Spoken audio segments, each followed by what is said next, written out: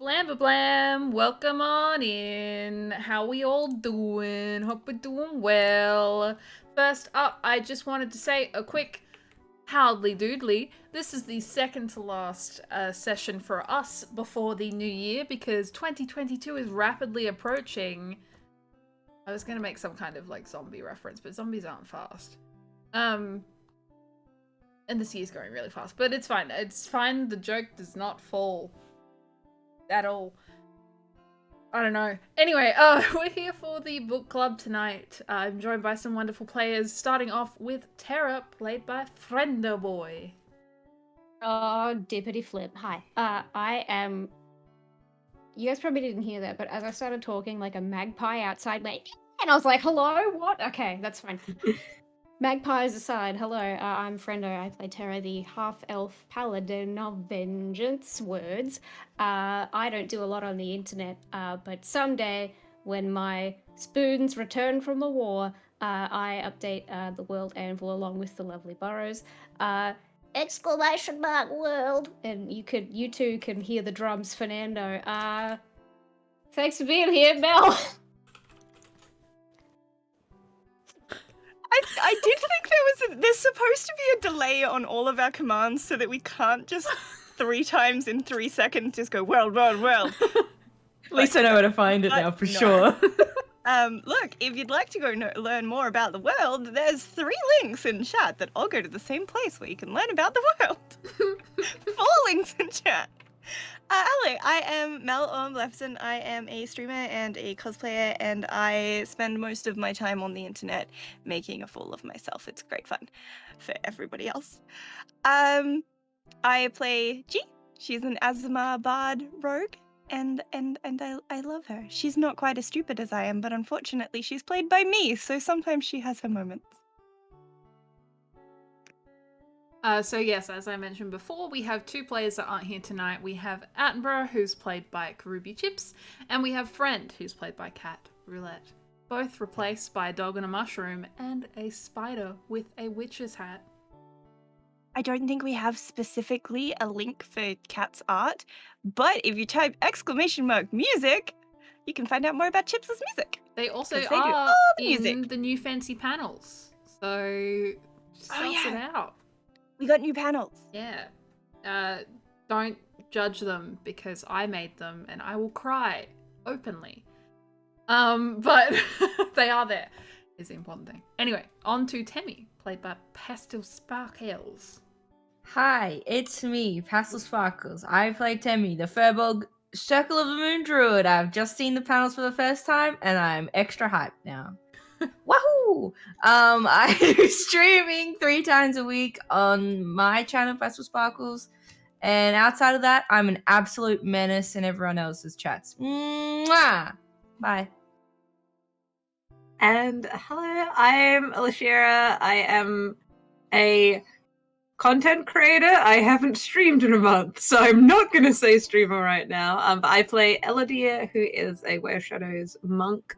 I have just started Etsy, which is super fun, which is going really funly and welly and goodly. I don't know, descriptors. I'm good with speak stuff. Yeah, that's me. Sick. All right. Yes. So there's no judgment in the month of December for what people are or aren't doing. All right. No judgment, because it's a busy time of year. So that's an important thing to keep in mind, that we're all wonderful and we all get to do things at our own pace. But the important thing is that we're here to entertain you and also to continue on with the story that we have unfolding for us all. I quickly want to remind everyone that we still have the donation goal for the Shrunk one-shot. So be prepared for that. It will essentially be a one-shot where we randomly assign each of our players to be one of the characters, and we have to remember it entirely off the top of our heads. So that's gonna suck. Someone will be responsible for being the narrator, and hopefully it won't be me, because I think that will be hilarious. So, you know, just prepare for that mess. We also have our Discord, where you can chat things about the game as well. It's a wonderful place to chat about events that happen in the game. We have a little spoiler section for our sessions, or you can also post about your own world building, all of that kind of stuff. Just a general conversation going on in there with some exciting stuff coming in 2022. Get in there quick.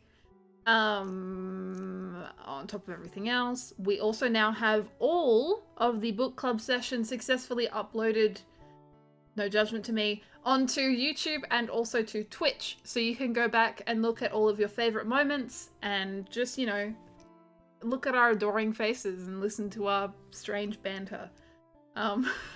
Because we do adore Burrows. Yeah. No. Yeah. But yes, that is all the things that we have, and I'm even going to be brave and I'm going to promise that we will have a consistent uploading schedule. Alright, you've heard it here first, my friends. Signing myself up. No one look at their notifications. If you have notifications on for our uploads, just ignore them for a week. It's fine. Anyway, we are going into the 15th episode for tonight. So, you know, a big chuckin' 1-5. That means that, I don't know why I said it like that. Chuckin'. That means that we have been playing, I think we've taken, 2 weeks off in total. So pretty consistently for the most of this year. We are halfway to the amount that we've done with Chocolatiers, and that hits 2 years in April. So just putting it out there, we're ready and rearing to go ahead. So yes, we are 15 going on 16, but not tonight. So this is the second to last. This is the second to last one for 2021. Anyway, you can definitely catch the fact that my brain is just entirely checked out for a second there, but we continue. So, welcome to episode 15. Episode 14, we had some crazy adventures. Essentially, the party arrived at Corwald having skipped most of the travel time because they were like, walking? Who's that? They didn't want to do that. So instead, they decided to use a teleportation circle in the back of the Queen's offices, but also luckily she's pretty chill. She doesn't really mind. So the party emerges from those offices with their horses in tow, just casually prancing through the castle, just like, yo. Technically they were in the bag of animal holding, but you know, I like to think that they were on top of their horses, just in my mind, but that wasn't practically how that worked. They emerged outside of and headed to the tavern, the last place that they knew where Eludere had heard of this mysterious magical family item had gone missing. There were some people in there that the book club was suspicious of, but didn't really have any definitive reason why they would be.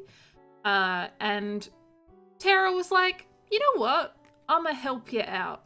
I'ma use a solid locate object and just get Eludere to describe to me what this object looked like.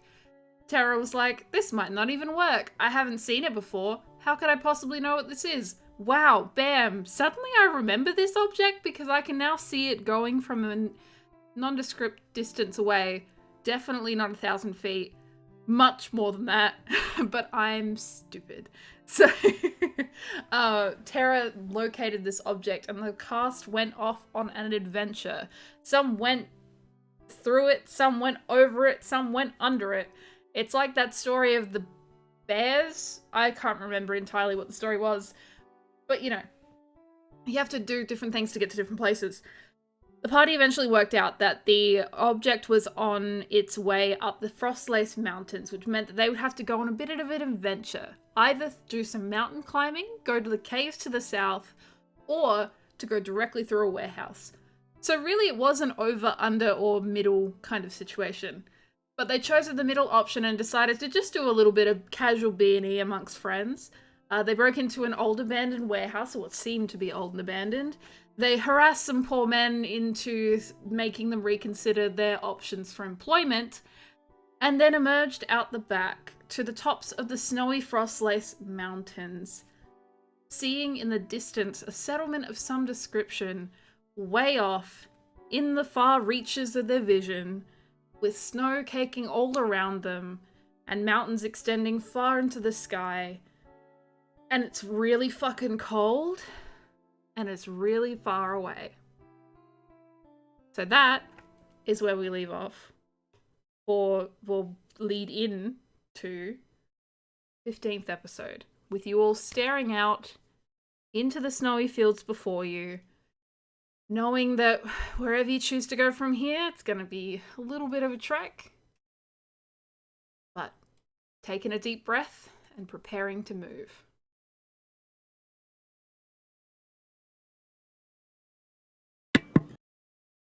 Can we get any kind of gauge, like between where we are now on the edge of the snowy field to like where the city is? Because the Eludere and Temi had kind of like the aerial view. We kind of had a gauge of the distance. Can we figure out how long we think it would take on foot to get across? It's probably a decent while, especially because you came up on foot. I know that you were obviously a lot faster, but together as a party, you're probably looking at roughly around...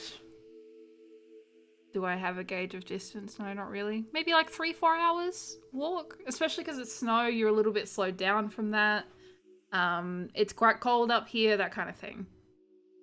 And is it like kind of stepping out and like kind of putting foot into the field? Is it like deep enough that this would be like difficult terrain, like in terms of like movement speed, or it's just like mildly inconvenient and your ankles will get cold by the end of it, kind of? It's more like, you know when you step out on snow and how it's like kind of slippery underneath, but it's not like impossible to walk on. Like you can still run on it, it's just like not comfortable. So it's not considered difficult terrain. At least at this part anyway. Just to clarify, is it 3 to 4 hours walk to the settlement we can see in the distance, or is that towards sort of the... Okay, so are we anywhere near kind of those like... I mean, I don't... Well, now I don't know. There's probably not much point, because I suppose I'd have to... Because I was initially assuming based on last week that because of the direction that locate object, like that it was sort of further into the mountains, so that we'd kind of have to come up, find it like a cave opening, and then go back down in another way. But it's just occurred to me that might not be the case, that it might actually be towards that settlement. Yeah, so don't mind me, just thinking out loud. It theoretically could be. Like it wouldn't be outside of the realms of possibility to think that. Okay. But based on like how long the locate object lasted, you wouldn't get like a specific idea of where that is. But you've done a lot of going down, going up, that kind of thing. So like a lot of like lateral movement. It could reasonably be under or kind of roughly at the level you're at, or even a bit higher. You're not quite sure.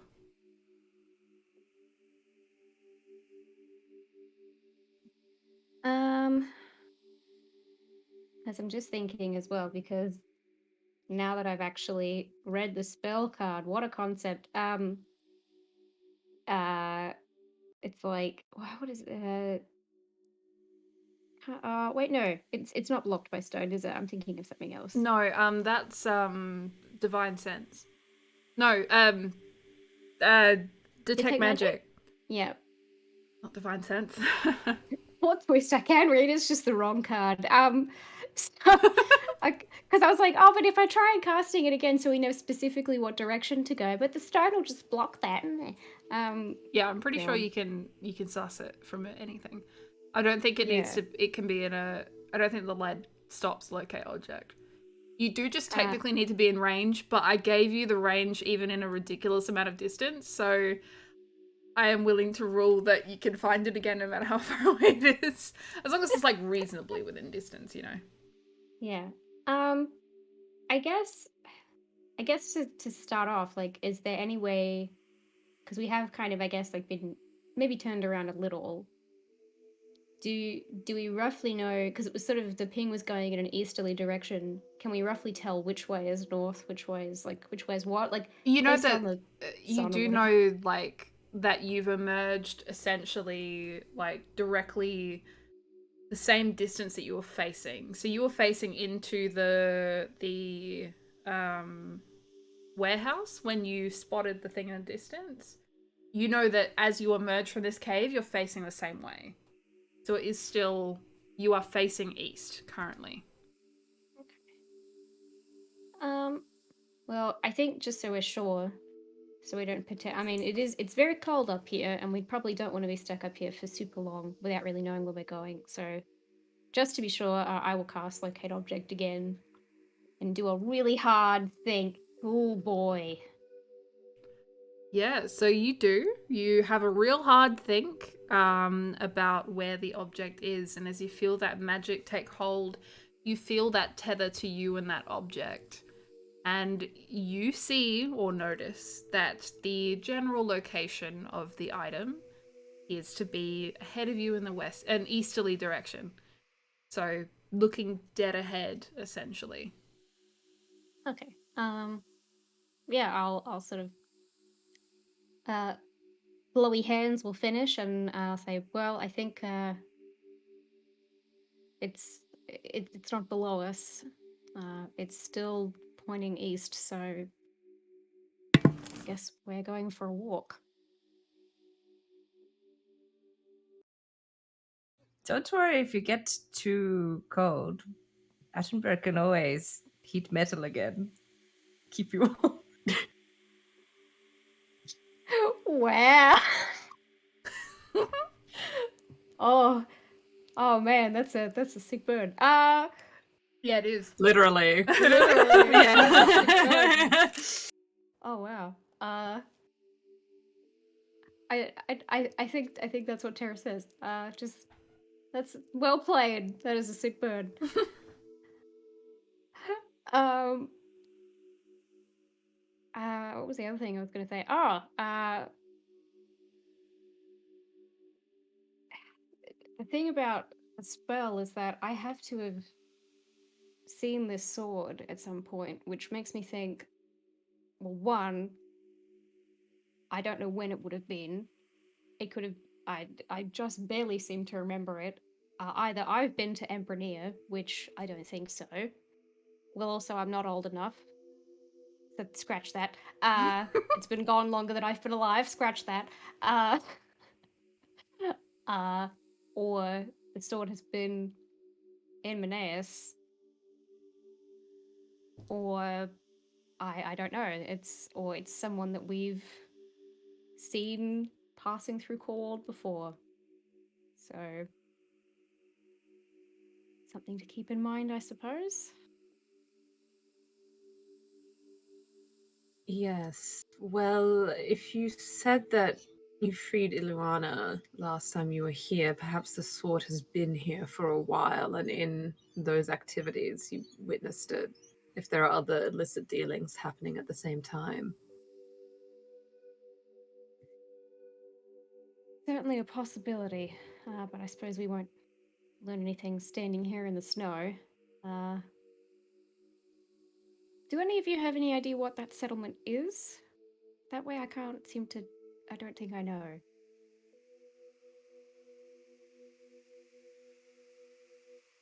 No, not familiar really of anywhere around here. It looks a little familiar to me, but only because it's cold here and the houses seem equipped for that sort of weather, but looks like a town. Instead of just saying no because I, the player, don't know, is this somewhere that would have been like in any stories or in any maps that G has maybe heard of or read? Roll me a history check. Fuck, I don't have my dice out yet. That's your fault. Last week you did say that Temi kind of recognized what like the town looked like. Like not from having been there, but like I think just in like general structure, like it's you would be very familiar with the types of buildings that are there and that kind of thing. yeah. I was like, I'm remembering that, but I'm like, am I correct? That's not the reason I said it. I think I went Snowy Mountain Town. Temi knows what that's Temi about. knows that. Yeah. I got a 15, which is better than I thought it was because I thought my history was a +1, but it's a 3. So 15, you said? Yes. You feel like you've maybe heard about something about a settlement in the mountains, but you can't quite remember where from. sounds briefly familiar. I'm just gonna not say anything if I don't actually know what I'm talking about.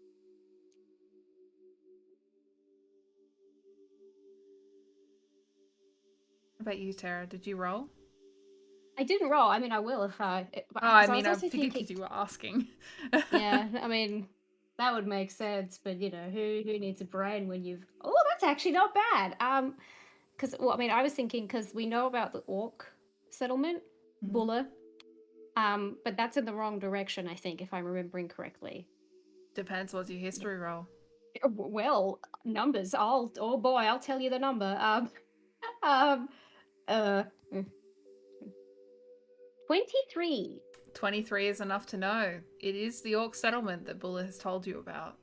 That it was directly Hey. behind Horwald. I will tell everyone. Also, a whole town full of orcs. It's Burrow's Christmas. Like it's. It really is. Also, Bulla, ice cream, Ice Town. Boris, did you think this through? No, I just meant that the sound was very fun. But also, yes, the ice cream, you know what? It's fine. It is absolutely fine. It is B-U-L-A. It is not B-U-L-L-A. Oh, okay. It's like Tylenol all over again.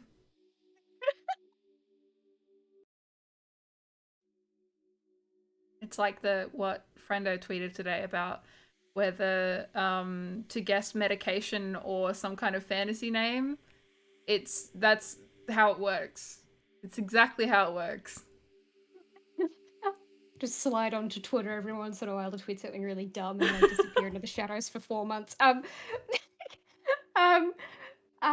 will tell everyone like, oh, I think this is the orc settlement. I think they had trouble here a little while ago.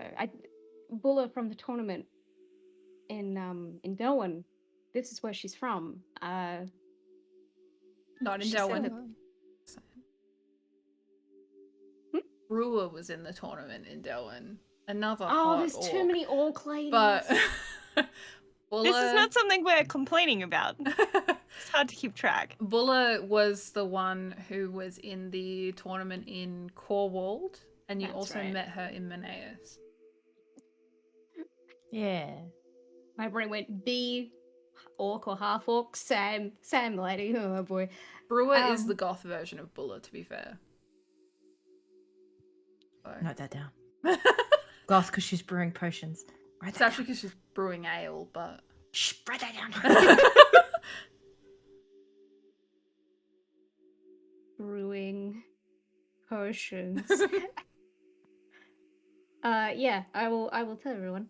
Like, oh, that's what it is. Apparently that's where we're being led, so I mean at least we know one person. We're not just going to be, well, if she's there. Not just going to be wandering and saying, hello, we think you might have stolen something.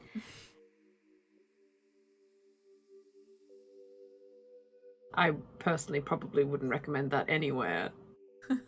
Just walking in and assuming the worst. Thievery has happened. A theft has occurred. A theft has occurred. Now let's discuss and move on.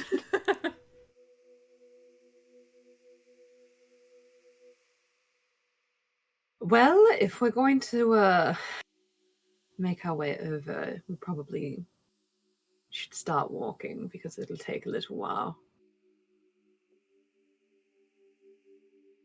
Are we going to be warm enough? I mean, I realize we probably can't go back necessarily because there's 2 or 3 dudes in a room with a chair, but down there... I moved the chair. Oh, okay. They're not trapped. But we probably can't go back. Yeah. I mean, will we all be warm enough? I mean, you trudging through the snow, you do work up a little bit of a sweat. The key is actually not sweating too much because then that freezes and you get even colder. Ew. Ew is what you're taking from that. Yeah. Ew. Anyway, if we start moving while the sun is still high and it doesn't start snowing on us, it's fairly sheltered for a field being in the mountains.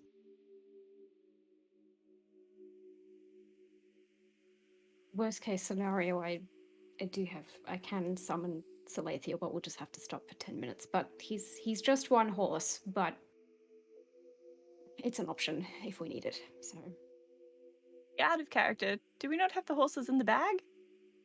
oh,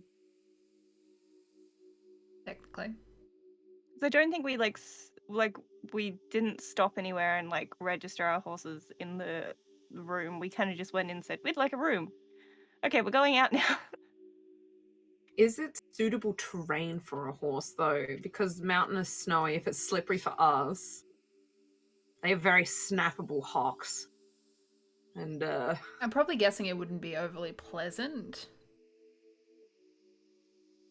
Also, like, it's kind of that thing where, like walking over a puddle, you don't know how deep it is. Like, Fair enough.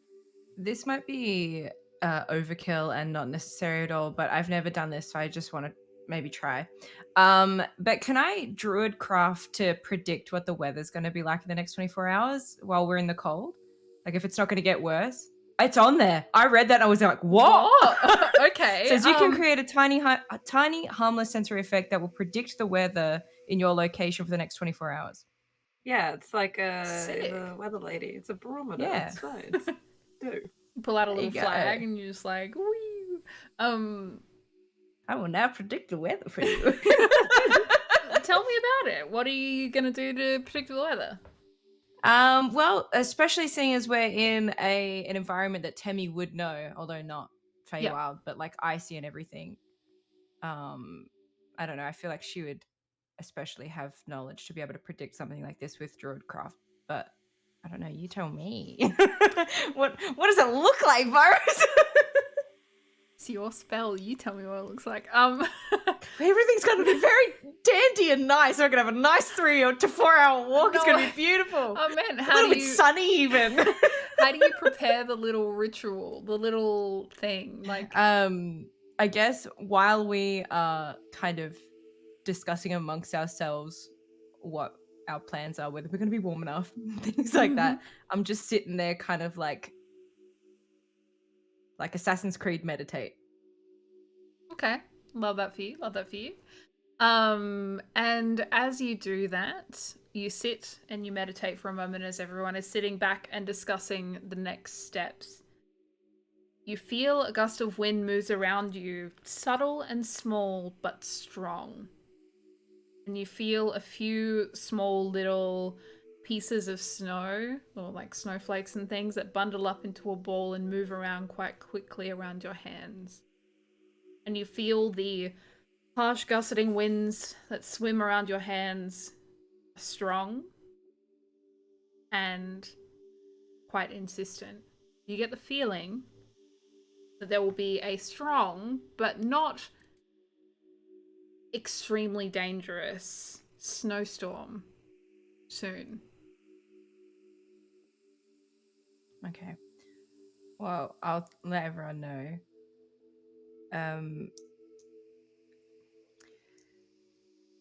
Does everyone have a blanket or something they can hold when it gets particularly cold? You can get under my cloak. Just might take a little longer. Everyone piggybacks under Temi's cloak. Everyone just like... Just me and my friends. I would assume my cloak of bats is not the warmest since I wear it all the time, but I It's feel not like I could. technically, like, you would be looking at snow clothes if you were looking for something that would actually actively prevent you from suffering any effects of the cold. But you aren't like running around in a bikini, so it's not like you get like disadvantage. Says who? Live your We life. were talking live your about life. going to the hot springs.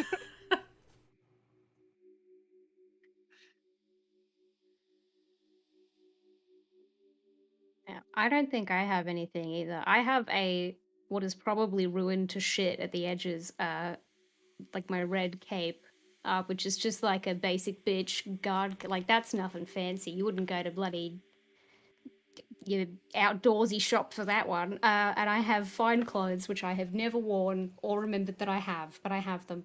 I am guessing that no one here except Temi would have winter clothes, like proper cold clothes.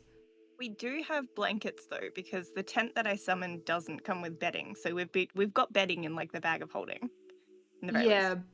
but it wouldn't be like how do I put it? It would not be the most efficient way of travel. No. It would be warmer and you could go slower, but it just, yeah, if that makes sense. I know how to turn a blanket into an efficient cape. G has no idea.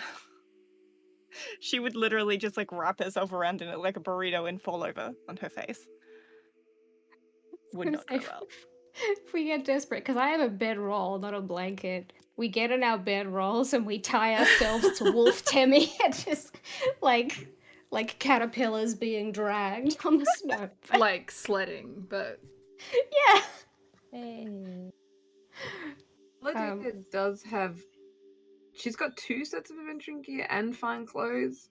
I don't know, because where she's from is cold, so I don't know if one of her adventuring clothes would be cold weather. I don't know why she has 2 sets.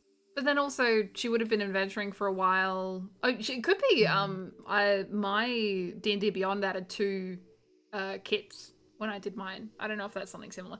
But yeah, if it doesn't specifically say, you probably don't have things built for cold. But it's not the end of the world either. Only like a 3 or some. So you said 3 or 4 hour walk. Yeah. So if we don't get lost, we probably won't freeze, and we can make a note to buy warm clothes for the trip back, since it's a town we're going to. Surely they'll have them there if it's already cold there. But yeah, also like, it's up to you. You could always turn back around, go get something, or Absolutely you not. can go forward. Is either In a option. hurry. We continue. We are stubborn. Yeah. I think let's try and go at like a. See, I don't know if we should try and rush a little bit, because we probably still, because like as Burrow said, like there might be bits of the ground that, you know, won't like put one foot in and oops, you're in a cheeky little icy pole pool. Or do we try and go quickly to see, like, to try and get more distance before the snowstorm comes in? Temi can go first. Temi has a stick. She can put the ground in front of us and we'll find out if it's soft or not. That's true. Eludere probably could go first, because she's probably the lightest on foot and very dexterous, so should there be something that comes out from under her, she's got a lot of dexterity to stop her. And she also has slow fall, so she physically would just be like, I am falling and I can get up. Okay. Unless it's like a massive pit in the ground, and then she maybe can't get up. But How would that a level technically 10 work if you... level 11 monk, she can usually get up. Would it stop you sliding? No. Because you technically be in contact with the ground. I would imagine it would, but I'm just... Yeah, well, I would think if musing. you're sliding, you could like pivot and like push off so that you're not, if you're like falling or like sliding, Yeah. I'm with you. You do something. Do some sweet parkour. She can do a backflip, which means she doesn't take damage from like a fireball. So I would say sliding probably isn't. Fireball? No. A gentle decline? Far out, man. That shit you gotta be careful of. Well, considering we're probably like in a big wide open space, we're probably not constrained to doing single files. So how about we go Temi and Eludere at the front, that's kind of a marching order, G and Terra in the middle, and for completely unrelated reasons, Friend and Attenborough at the back. It's just a coincidence that they end up there. Just talking about the mushroom juice empire that Friend's gonna build. Except, it will be at this moment because this is very on brand for Friend whenever Cat isn't here. Friend will just look to G and just be like, I'm tired, I don't want to walk. And we'll kind of do this strange thing where They kind of like rush at G, and then in a bundle of cloaks appear as this small spider who flings a small piece of web behind them and just floats onto G's shoulder and just nuzzles into the side of her neck. So cute. Does anybody else fucking see this? I mean, if they're looking. I think probably we're all huddled around Temi's druidcraft going like, so a storm's coming. All right, how are we doing this, guys? Temi and Eludere have very decent passive perception. It's probably Terra's the only one who doesn't, but Terra has seen that before, so... Yeah. Yeah, Terra believes me now. I believed you the whole time! I don't recall you defending me when I was saying that Friend was turning into a spider and everybody else was telling me I was insane. I think we, at least Temi knows anyway, because we talked about it going into the animal bag when Attenborough and Temi went in. Friend was going to as well. Or did? Don't remember. I think going to. Going to. Yeah, I think you haven't had that adventure yet. Yeah. Yet. Yeah. So I believe you. So yes, you can absolutely set up your marching order in that way with Temi and Eludere at the front, Terra, G, back, and then Attenborough making up the actual back there as well. Cool. Attenborough and Shadow we're still going 2 by 2. Makes sense. Yeah. Makes sense. Except Making maybe the don't cat leave the cat walk in the snow. Yeah. Oh. Doing these ones. A good baby. Toddlington on your shoulder, Temi, will just kind of like and will just like nuzzle up into your little bit of your cloak. Not coping at all in the cold. Obviously has been in the cold before, so this isn't completely unknown to them, but definitely not pleased. But yes, you will continue out into the icy fields before you, and for the most part, at least the first say half hour or so, it's a fairly chill adventure. Now, can I get Temi and Eludere to roll me a perception check, either together or one person with advantage? Eludere will give Temi advantage.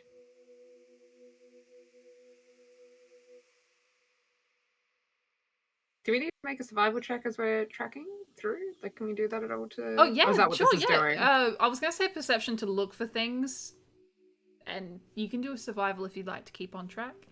Maybe see I if got you can... 23 for perception. 23 for I gave advantage already, so if we do another It's one, okay. we should probably do it. Next time we will do it that you can do either. I'll let you roll a survival check, even though you've already assisted Temi. You're just really, really helpful today. I wish we'd done survival. It would have been +9. It's okay. You can change your mind if you want. It's okay. No, This it's is the first roll. It's 23 alright. is still fine. What would it have been with the survival check? 27. That's a very good roll. 24 for 24? Eludere for Okay. survival. Then instead of just a plain perception check, plain boring perception check, who wants one of those? And we can have a survival check. So instead, both of you take on a little bit more information about your surroundings. Rather than just generally looking around you, you get a bit more of a sense of kind of the directions you can take. Temi, you managed to catch with your staff a few small rocks and things that would have taken out a couple of toes if you'd walked at them in full speed. Eludere, you managed to find a few little parts where the ground is kind of uneven and you're able to kind of maneuver everyone around without any issue with injuries or anything along those lines. And so you're able to kind of maneuver around without too much issue, heading directly for the settlement that's kind of just a shadow in the distance at this point. And you continue on for, that first half hour, and then you suddenly start to feel the wind picking up. And kind of like the calm before the storm from before, where you're mostly seeing clear skies above you and all of that kind of thing. You see the dark clouds kind of coming in above you, and you see the movement of the snow before you as you feel it start to settle in, and you all pull your cloaks a little closer to each other. But you continue. The ground is slowly starting to become a lot more thick and a lot heavier than before, but you're mostly traveling without too many issues, for the most part. It's like not comfortable. It's not like, you know, easy breezy experience here. It's still pretty harsh. It's very cold on your face. You're able to kind of pull your cloak so it's kind of like a shade to your cheeks and that kind of thing to kind of stave off most of the cold from around you. But it's just excessive. And as you continue further and further, you feel the cold just invades, and you just feel cold from the tip of your nose to the bottom of your toes. But you continue. And you continue. It's about at the 2nd hour mark when the winds truly begin to pick up speed. And you feel you see things around you that weren't there before. The way that the snow kind of reacts to the winds around you, making shapes in the distance that you're unsure whether they're real or not. And everything just gets really concerning. But with your exceptionally high survival check, you are able to keep your direction, to keep going in the direction that you're heading without turning yourselves around, and still managing to keep your path and keep yourself safe. Well and truly into your 3rd hour, you can start to see the kind of dark shape on the horizon of the settlement. And as you kind of exceeded on, at this point, the snow is up to your hips.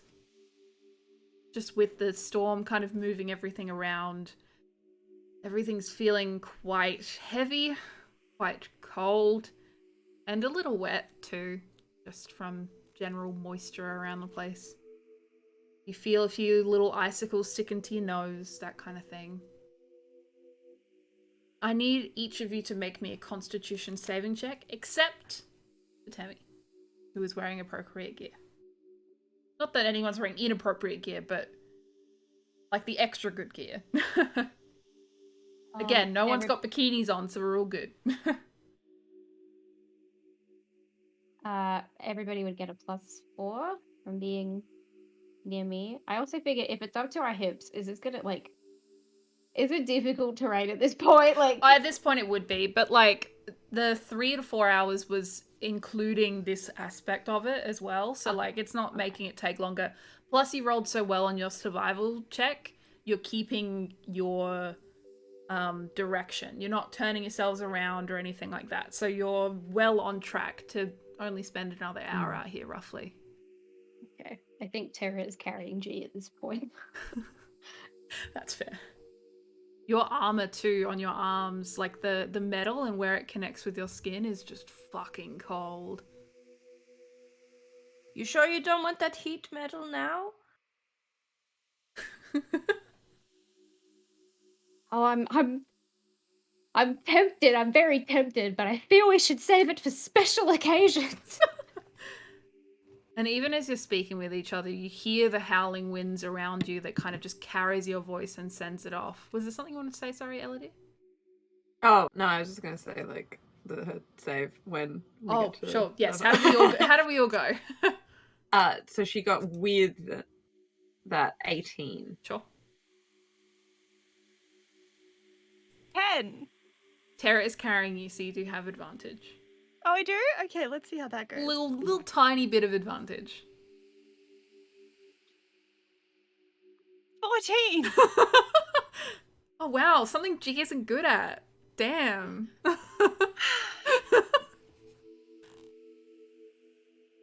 about you, Terra? I also got 14. I was just really struggling on my numbers. I was like, no. 14. Also, Mel, is that with the +4? Yep. Okay, cool. Yep. Just thought I'd check. That sucks. I don't have good constitution. Yeah, but even so, that means you got under a 10 for your dice roll, so that's pretty rough. I rolled a 4 and then I rolled an 8. Oh, ouch. Yeah. On 2 different dice. Because I was like, maybe this other one will be nicer. It was. It wasn't nice. It's not the worst. You do feel like there is kind of a except for Eludere, who you rolled an 18, is that right? Am I remembering that correctly? Yeah, cool. Excellent. Temi's fine. Not great. Like, no one likes being out in the cold, and this excessively cold too. But you both are, for the most part, fine. But Terra and G, at least, you feel yourself shivering involuntarily. And you feel that it's probably not much longer and you'll start to feel some effects of the cold around you. But you do see your saving grace in the distance. You do see the shadow of the city before you, kind of built into the mountains directly ahead of you. Still just over an hour away from here. I haven't fully decided if I want to tell you something else right now, so I'm gonna just do a roll. And can everyone just sound off their passive perception for me, please? 17. Okay. 15. 20. 10. Alright. The dice have spoken. Everyone, unfortunately, except for Terra. You all hear a call in the distance. And you think for a moment that perhaps it's someone asking for help. But then shortly after, you hear this strange singing melody layered on top. And it's this melodic sound that's coming from some distance away. It's off the path from where you're heading towards the city. But it sounds as though someone is singing a beautiful song. So essentially, you find yourselves at a fork in the road. Obviously, imaginary fork, there's no actual road here.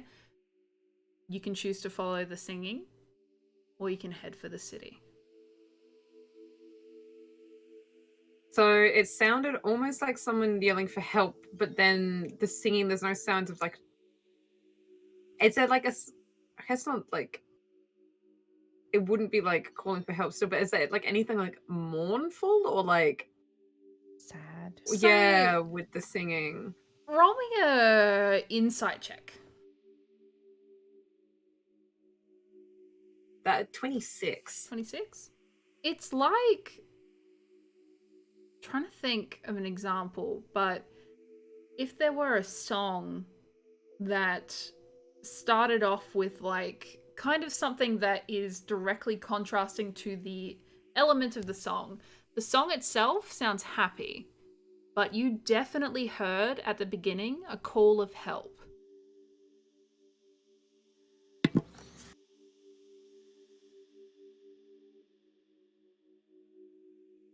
Like turn and see Terra like shivering, piggybacking G, who's also shivering. It's too cold. And she's gonna like Temi, just like these guys. They don't know a lick of cold. They're not like us. They can grow up with. I don't even know what freezing cold White means. Hey, back in my day, we'd get frostbite on 2 toes and say thank you.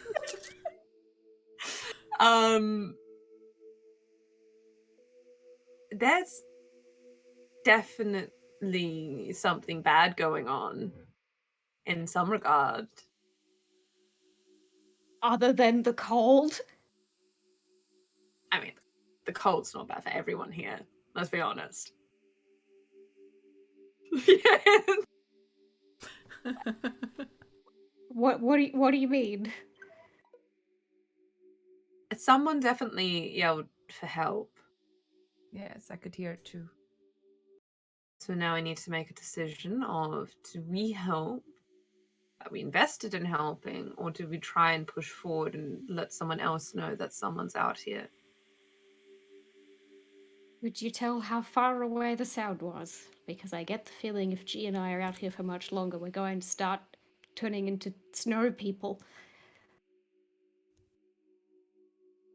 Cold. Can she gauge that it was, like, relatively close? Like, the fact that we heard, like, in those windy conditions, we could make out the scream, can we then gauge that it's moderately close?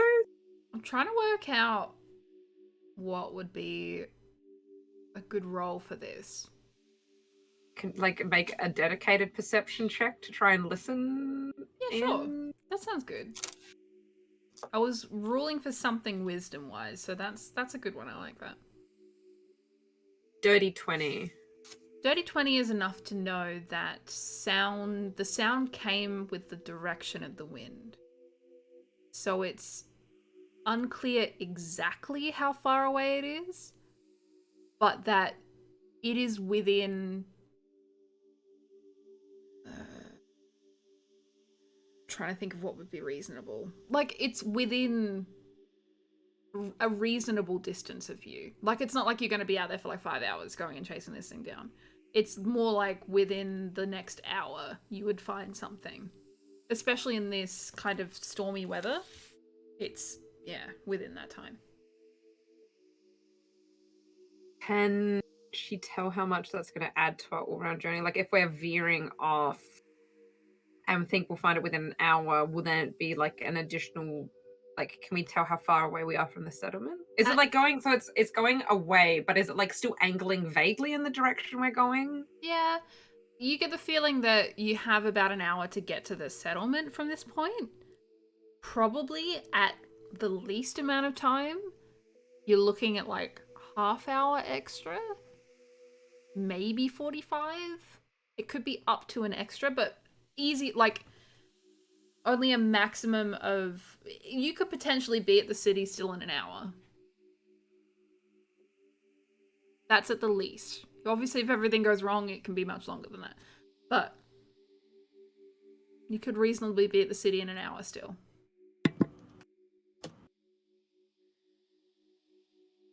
I mean, we'll add time, but I don't know if I'm comfortable seeing how uncomfortable and how much Terra is suffering, and I don't think I can safely say yes to helping someone else. We should definitely get them help, but we need to look after ourselves.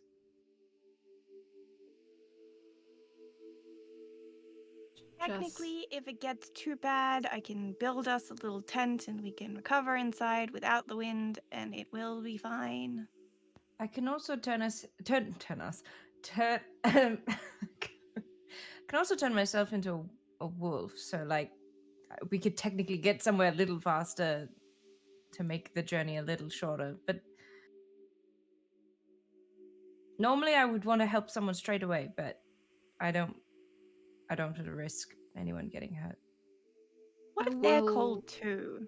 point out, while you are having this conversation, you hear the sounds of a bird squawking. But a loud noise, like it didn't come from a tiny bird. It came from something much larger. And you hear a few more cries for help. So, like, this is kind of an immediate decision. But yes, continue. I think if we just...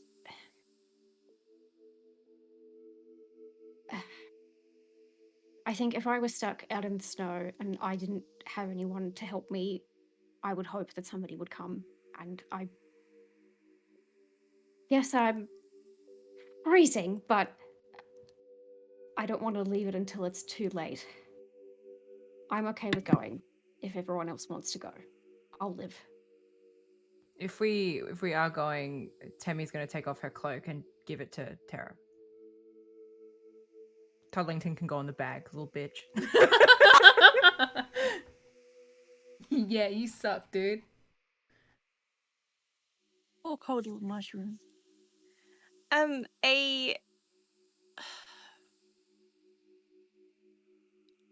not like an animal person, but to me a squawk sounds like a parrot. Would I assume that somebody is being attacked by a giant parrot, or can I like vaguely identify the bird noise?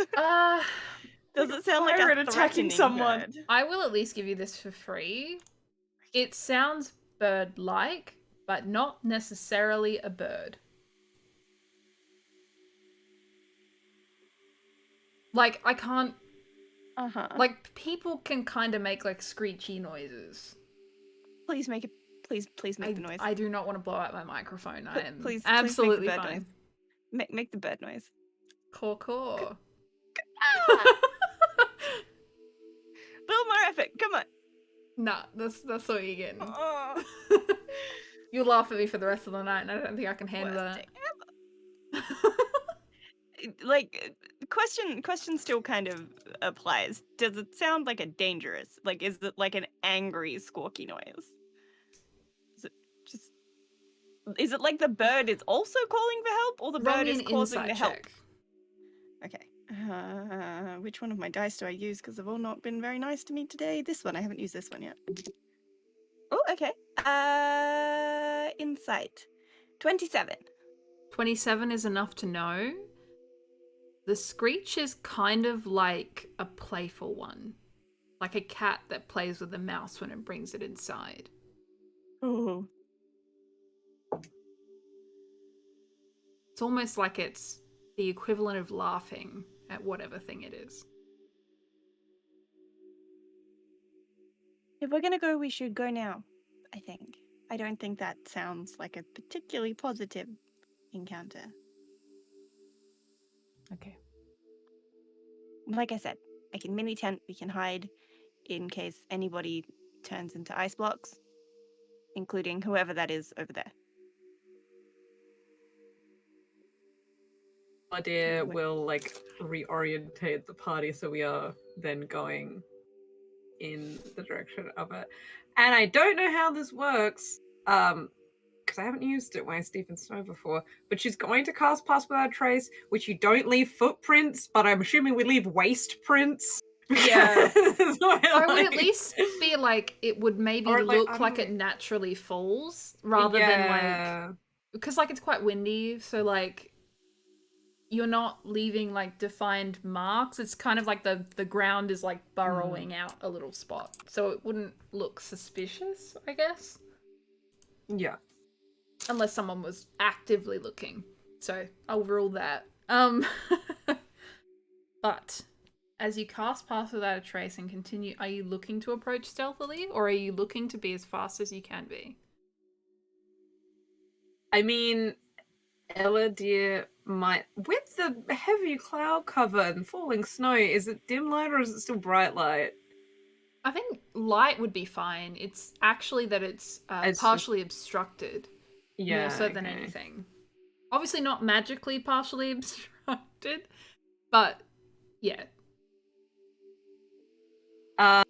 Yeah, she would probably. It's probably more like the kind of we're going half stealthy, but I mean, because we can't exactly move fast, waist deep, so as like stealthy as we can. Yeah, definitely. Of course. I will move to kind of doing like a bridal carry for G, so I can kind of wrap the cloak, like, because I figure being given a piggyback for a long amount of time with armor is probably not super comfortable.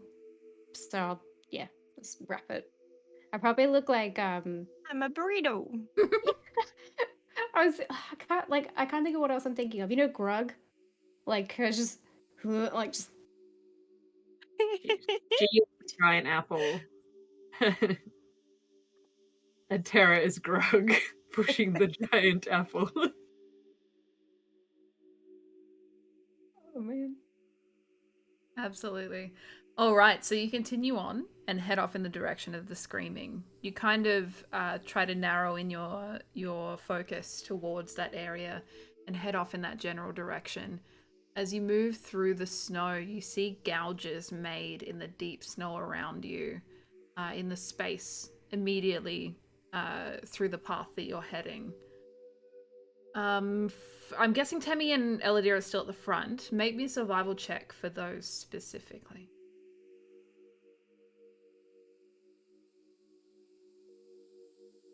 18. 24. She's rolling good tonight. both of you at least get a sense that these marks were made a little while ago, perhaps before the storm, because the way that they've kind of filled themselves back in from the snow and the wind moving around you. But the gouges themselves seem consistent with the talons of a large creature. And one that you would assume did not sink into the snow, because you do not see any large body inhabiting the snow around you, except instead it is only, the gouges are only on the superficial part of the snow above. And as you continue further and further in, you hear a few more sounds for help as you get a little closer. And then, like birds emerging from a bench or a table, when you get a little bit too close, you see two winged creatures rise up into the air. At this point, with all of the snow and everything kind of billowing around you, they're not much more than just a shadowy shape. But they do move to look around. And you hear this kind of moaning noise, like a hurt moaning noise, not a sus moaning noise. No sus moaning noises here. From something ahead of you. And as you get a little bit closer, you see the snow is starting to rise. Wait, hang on. Like, you're starting to rise up out of the snow. So the snow is less dense here, less sinking happening. And you get a little bit closer, and you get a little bit closer. You see one of these winged creatures circling, kind of trying to have a bit of a look. Roll me a stealth check, please, each of you. And everyone gets plus 10, and we pass without a trace. Sick. If you bastards do I trust? Oh, God. None of you. Oh, I have disadvantage anyway. All right. Woohoo! Yeah, I have disadvantage too. Thanks, dragon scale mail, bitch. I think it's funny, though, that someone wrote in chat, you got disadvantage. Oh. I'm feeling that disadvantage. I only got 14 for this. Eludere didn't roll that well and only got 30. Only.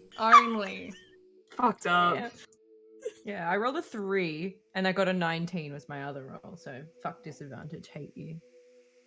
Hate you out of 10. Wow, apparently these things don't have fucking eyes, so that's good. What, so Elodie got 30. What did Friendo get, sorry?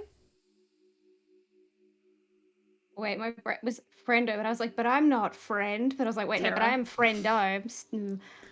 So with disadvantage, I rolled a 10 and an 11, so my dice aren't mocking me too much today. But I still have a -1, so it's a 19 if I can math.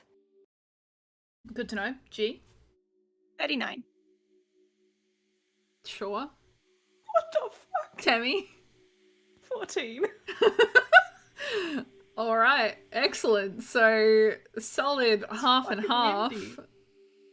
Nah, technically, actually, it's only one failure, but 3 successes. So, you know, that's fine. You see these two winged creatures kind of circling above, very high in the sky at this point, and you hear that moaning continue. And as you emerge and you see the snow around you is now at about ankle deep, roughly. So you're much higher now than what you were before. You see what appears to be a carnage zone. You see about 6 to 8 people around you that have just been torn to ribbons. You spot around you a lot of deep gouges in the ground from large talons. You spot a few bags and a few items on these creatures or on these people around you. But you do see that one guy, that one fucking dude who's sitting off in the distance just fucking like crying. Like he, you know, screw the fact that the creatures that are around are still here. He's just like, I will scream and I will not shut up.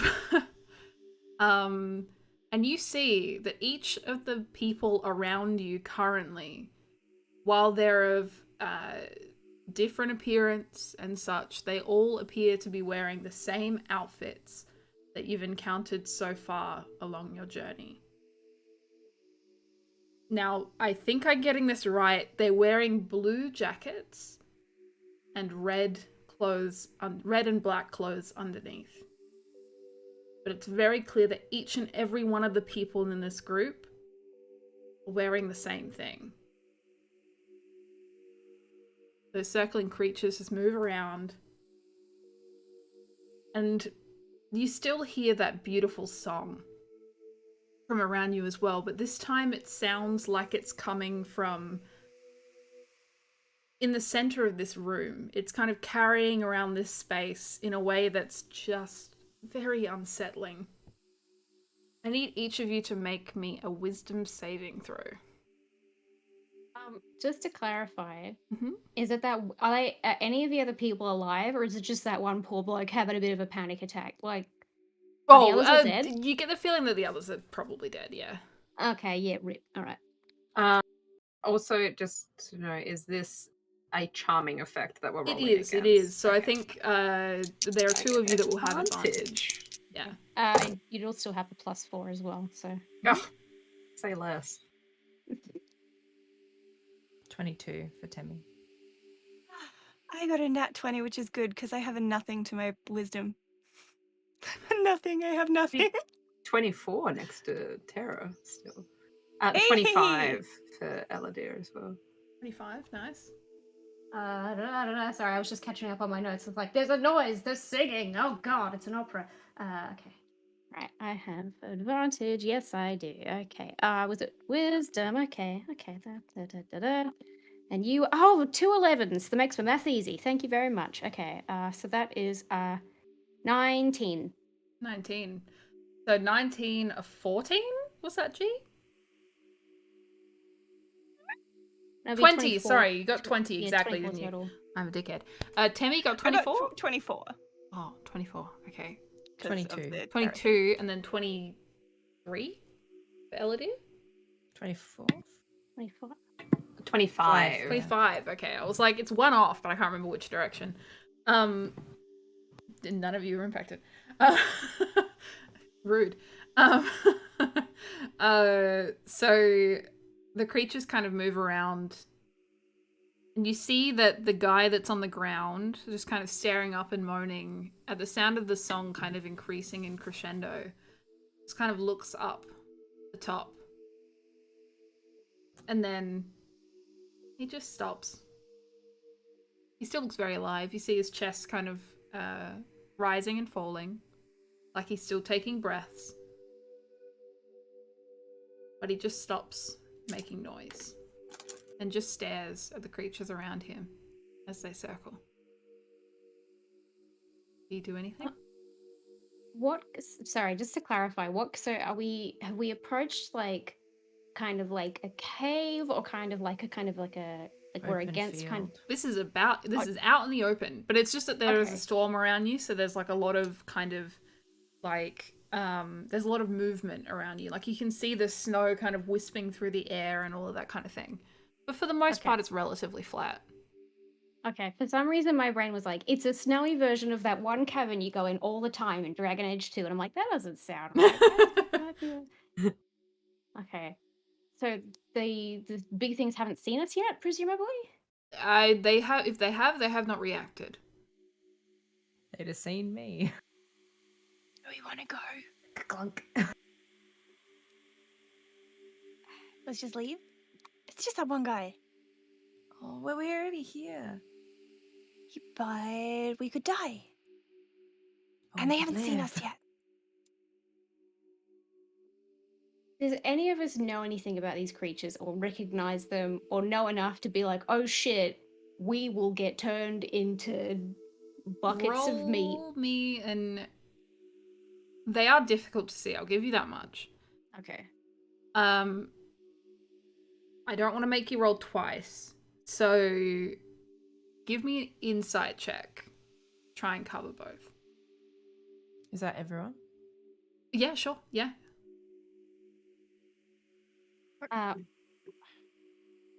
Wish I'd never asked.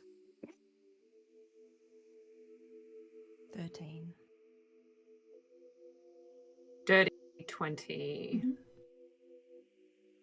I got a natural 20. Nice. Mine was, what was it? Insight. Insight, that's right. 14.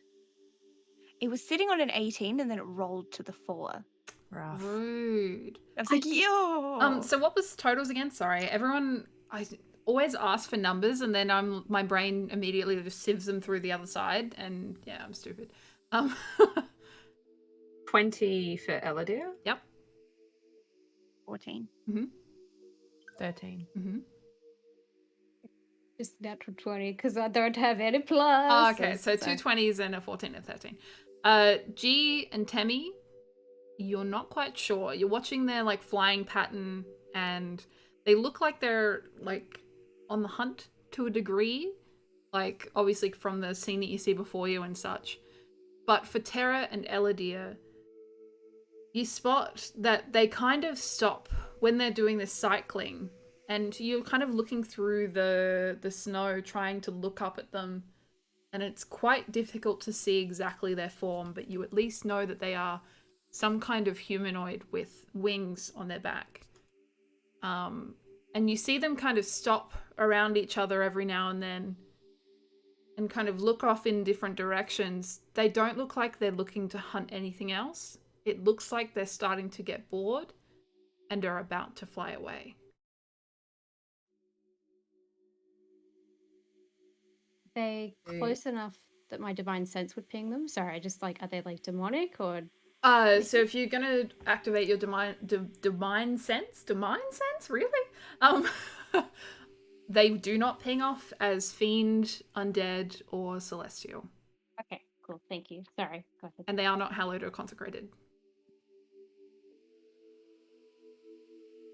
Wait, They don't look like they're going to attack. They just look like they're like, that's boring now, we're going to leave. yeah, like their song is slowing down.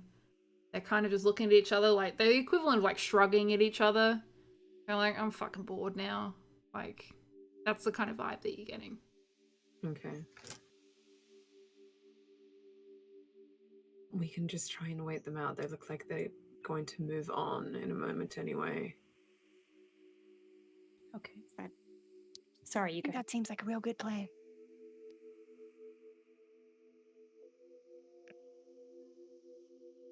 All right. Astrid, you were going to say something. You go first. No, you go. Ah!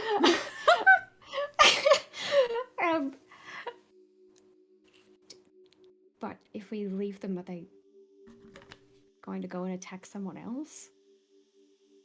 Probably. I mean, I can't tell exactly what they are, but they're hunting. Why would they not kill this person? They've killed everyone else. Why would they leave this one? They seem bored, honestly. Maybe it's a stay the fuck off of our mountain and he has to survive to tell people to stay the fuck off of the mountain.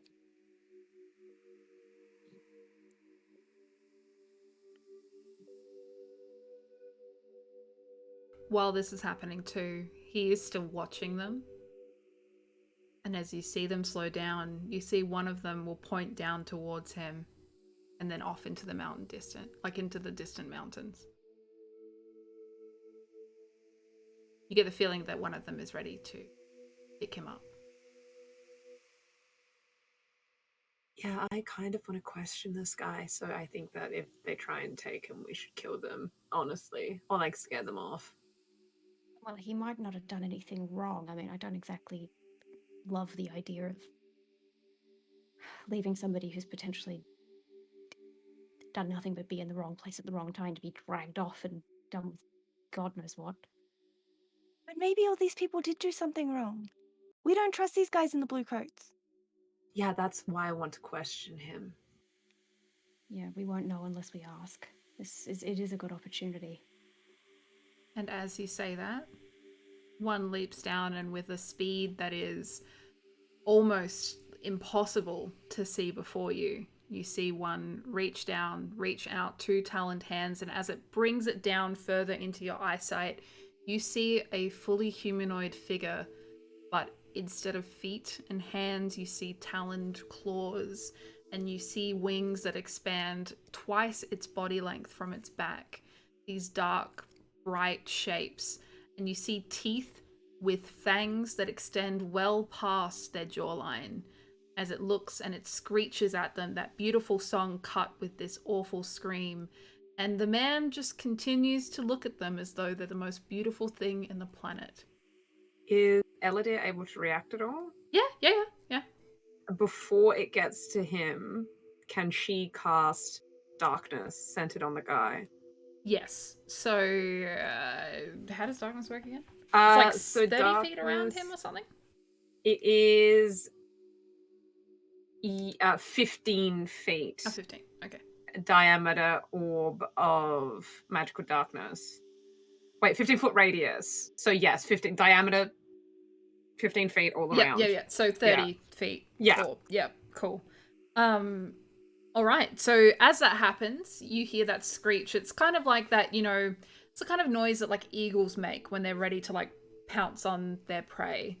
But as this darkness just bubbles out from the direction where he is at, and this creature is just heading straight forward, it screeches instead in confusion and tries to slow itself down from its fast descent, and it will just plummet directly into that magical darkness. You hear some like struggling from it from within the magical kind of cloud, for lack of a better word. But you don't know what's happening in there because it's dark, but it definitely is making a lot of very unhappy noises, and the other one that's kind of sitting up around is looking around to see where that came from. So it will actively be searching for you. Too bad feel like... Too bad. Oh. It does not see you. I feel... I'm gonna feel dishonest if I don't say. I'm gonna feel like I'm cheating D&D. I feel like are they within 60 feet? I can say that at least the one in the darkness is. They're pretty high in the sky. 60 feet's like a decent distance. Yeah, I'll say that. 20 meters. Okay. How big is Yeah. Yeah, sure. Terra would have cast command on it. Okay.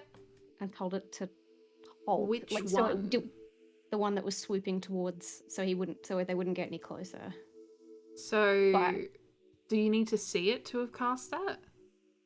A creature you can see, yeah. So once it plummets into the darkness, you can no longer see it. You can see the other one, and that is within range. Yeah, because I'm just thinking, like, I was thinking I would do that as it's diving, as it's falling. If I was quick enough, cloud. If I wouldn't have been quick enough to react at the same time, like, does that make sense? Like, if I'd done it at the same time, it might have stopped if it doesn't save. But I don't want to be like, oh no, I didn't have any plans doing anything. Carry on. Great idea, love it. But it would mean that if the command had worked, Eludere wouldn't have done the darkness. So I'm happy to allow that the other one is within range. But the one that's within the darkness is now unattainable currently. Does that make sense? Yeah, I'm just like, because I had the idea, but I'm thinking if it had been at the same time, and because we just kind of happening within a split second, I'm like, would it have still happened? I don't know. Yeah, Eludere probably still would have, like, if they've shown intention of going for it, still done it at the same time. Like, even if someone else, like, casts a spell, she probably still would have. Like, it's not a whiff of a spell for her, or, like, key points for her. Okay. Then, if you feel that it would have happened, we'll just rewind a little bit. What is the save on command, and what are you actually saying to it? I'm telling it to halt. So just pump the brakes. And the save is 16. 16 for what? Oh yeah, good question. Wisdom save? It is a wisdom save. Good question. Okay. Don't think that is. Oh, you kidding me? They have a +0, which I definitely shouldn't have told you what their wisdom is, but that is a 16 on my dice exactly. Oh, then it saves. So the creature will instead continue the original route and will emerge into the darkness, and you just kind of hear struggling in the inside, like you're not sure whether it just like fucking donk straight into the ground or something, but there's definitely the sound of something happened in there. But the other one is looking around actively for the rest of you, but does not appear to know what direction or where you are currently. And you kind of hear a few more, like, you hear like some rustling of feathers as you imagine that it's possibly getting up off the floor, and you see that darkness kind of billowing out in that space. And the other one is still looking around. And you hear these kind of screeches amongst the two, just kind of this small amount of communication between the two creatures as they're trying to speak with each other. And the other is looking around furiously. I think even if it's dark, it could still potentially harm him in there.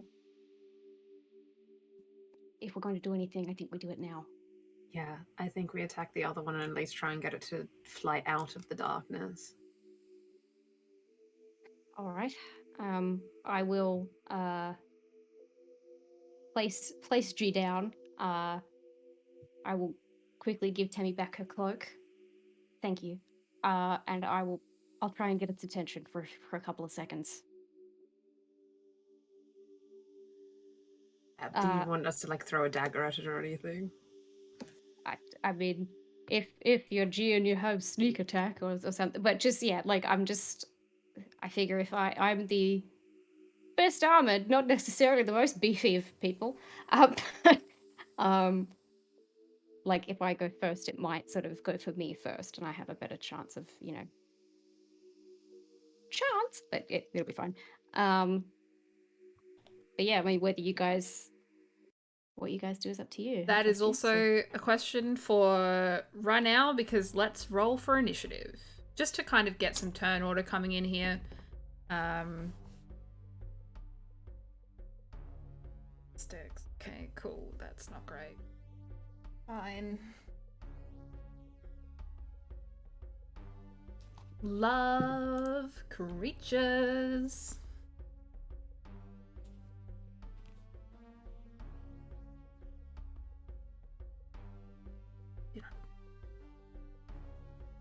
Anyway, 25 to 20? 21. All right. 15 to 20? 15. I got 15 as well. 14, did you say? Yep. Yep. Okay. So Temi, you'll go first. And then Terra. How did you go, G? You're muted. 25? I was muted. No, A5. Singular A5. 5. I Okay. rolled a nat 1. Yikes. You are not having a good night. No, I'm not. The dice curse has truly moved on. I was very sneaky. True. But yes, the two creatures above you, you engage with them. First up, we have Eludere. What would you like to do? She is going to hold an action to attack with throw a dagger until after Terra. Okay, sure. At which one? The one that she can see. Sure. Yep. All right. Anything you want to do with your movement or anything like that? Still looking to remain hidden, that kind of thing? Yeah, she'll probably wait until after we've launched our first round of attacks. Sure. Temi, what would you like to do? Cry. I don't want to throw anything or like prepare to throw anything, because if I hit the guy, I'll be beside myself, because every time I've thrown my bloody ice knife, I've hit everyone but the thing I'm trying to hit. So not confident. I might wild shape. Okay. I'll wild shape into an eagle, actually. All right. Not a wolf. Sure. You transform yourself into an eagle. And sit and wait till I can. Sure. So then it is the creature's turns. You see the one in the sky looking around furiously, not knowing which direction that anything came from. it will screech at the one that is inside the darkness in a concerned way, but definitely in a fuck this guys, I'm out. And it will attempt to move and escape. It is currently, what did we say, 60 feet in the air? So it moves with a fly speed of 40 feet and will use an action to dash to attempt to get away. Which is quite a distance from here. But it's definitely heading out. And the other one that is inside the darkness will attempt to try and grab the man inside. It is rolled with disadvantage because it is dark. Let's see how we go. That is not great. Also, 2 of the same numbers. You see or hear a struggle within the magical darkness. You hear some kind of shearing noises from its talons, but the harpy, I just told you what it was. The harpy will emerge from the magical darkness and instead furiously kind of heads off in the same direction as the other creature that went away. But it has used its action, so it does not go at the same speed as the other one does, and stands to be about 70 feet from you currently. So then it will move to Terra's turn.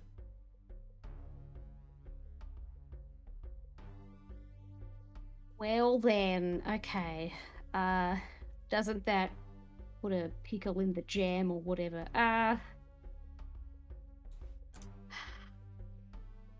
Because I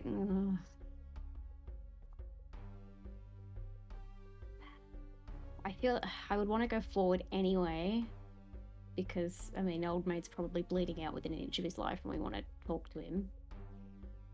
So I will start moving forward. And I guess I will get as close to the darkness as I can, and whether they see me or not. I mean, I can't really do anything right now, can I? Balls. Okay. Yeah, I'm going to run forward, yeah, sort of as close to the edge of the darkness as I can. And I guess for my action, what is the word that I am looking for? I am going to, I'm gonna take the dodge action for the moment. So if one of them sees me and comes back, they will have disadvantage. But I think for Terra, who is not dexterous at all, it probably just looks like having a shield up ready, and depends on what they do, I suppose. And that's it for now. Okay, so the magical darkness is roughly around 40 feet from where you were. So you get pretty close. Like, you're within the darkness range. The man was 40 feet. So if the radius is 15, you can get to the edge of that darkness. And for that reason, as you see the 2 harpies escaping, you notice that they do not turn back. They do not seem to notice you. But you feel prepared, and you position yourself in a way that you feel like you are ready to take on the brunt of an attack if it should come next. Now, Eludere, you said that you were going to move or act after Terra's turn. Do you still want to use your action? No, and she was kind of waiting for if Terra attacked something, because Terra just said that she'll try and do it first, so she'll just sheath the dagger if they're, like, fleeing and Terra hasn't attacked anyone. Sure. And then lastly, we'll go to G. Sorry about the we're not going to attack someone. She is under the impression that we're going to attack someone, so she is going to yeet up a little bit with her boots, and she's just gonna throw a knife at them. Just one of them, whichever one is closest, because you said one of them is slightly further away. I reckon, because one of them was like 20 feet in the air. Yeah. And the other one has to go up. Oh, wait. They're roughly about the same distance, honestly. Right. Still, the one that's behind, because maybe this one will fall to the ground and the other one won't notice.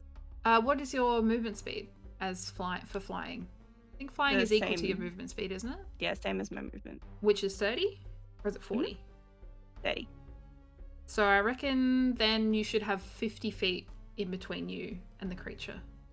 Oh, I just need it to be between 20 and 60. Easy. Man, that's a nat 20 to hit. Nice. I never hit anything, but it's a +6, so it's a 26 as a mod. On a knife? Is that right? On my dagger. Okay, sure. And I Roll have that to- damage. Just a sec. Yes, use the daggers. Mhm. Yes. Like I attempted to.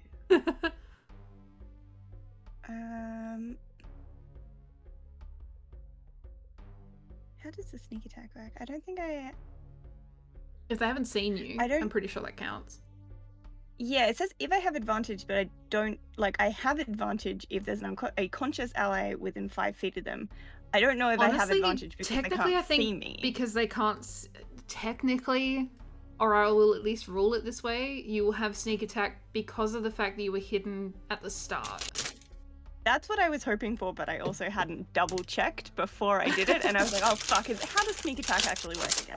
You pretty strongly think that they did not see you at the beginning. Okay. So that's a 3 for the actual damage, plus 3d6. Okay.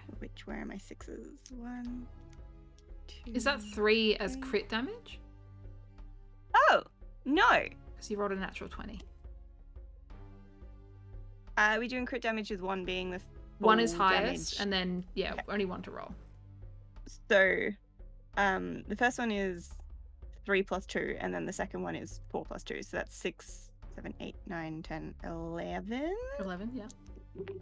And then, oh, my sneak attack is not great. I got a 2, a 3, and a 4 on my d6s. Do I do that double as So that's well? or- 9.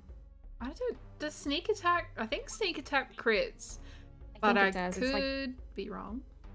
no, I think it does. It's like smite. Yeah. Which would mean that you get max damage on your second one. That would be 18.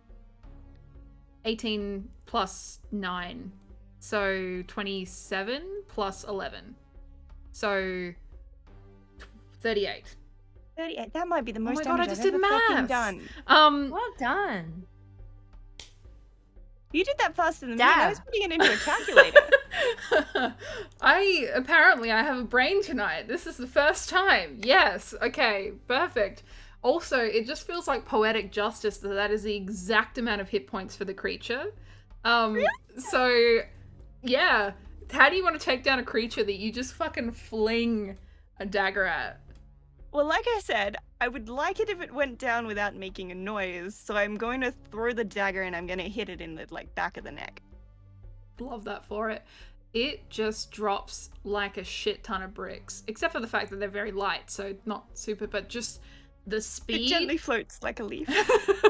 The speed and velocity at which it falls. Well, unless you want it to be a leaf. It could be a leaf if you want. I don't mind. Basically, it falls without making much of a noise. You kind of get the whisperings of a little gargle on its breath, but that's about the extent of it as it just drops into the snow. You see its body leaves an imprint in the snow around as it just falls. The other creature turns around to look at its friend, sees that it falls in, and looks back at you, and just with complete abstract terror and rage will stop and turn back around to come towards you, fangs and talons extending. Obviously not actually moving because we are still in initiative. I wish Vicious Mockery was a bonus action. Eludere, it is now your turn. Elodie, on seeing that, will just be like, I guess we are fighting this thing. So she will move in range and she will pull a dagger out again. And she will throw. For the hell of it too, feel free to have made your other one before, because you did specifically say you wanted to make your action after Terra had had her turn. So I'm happy to say that you got that other attack in. She does have 3 daggers, so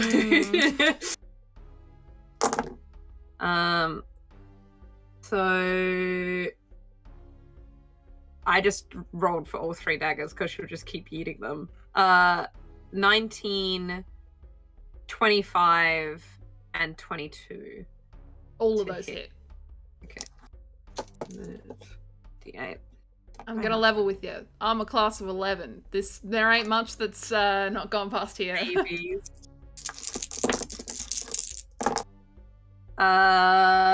So 10, 13, so that's 23. 23,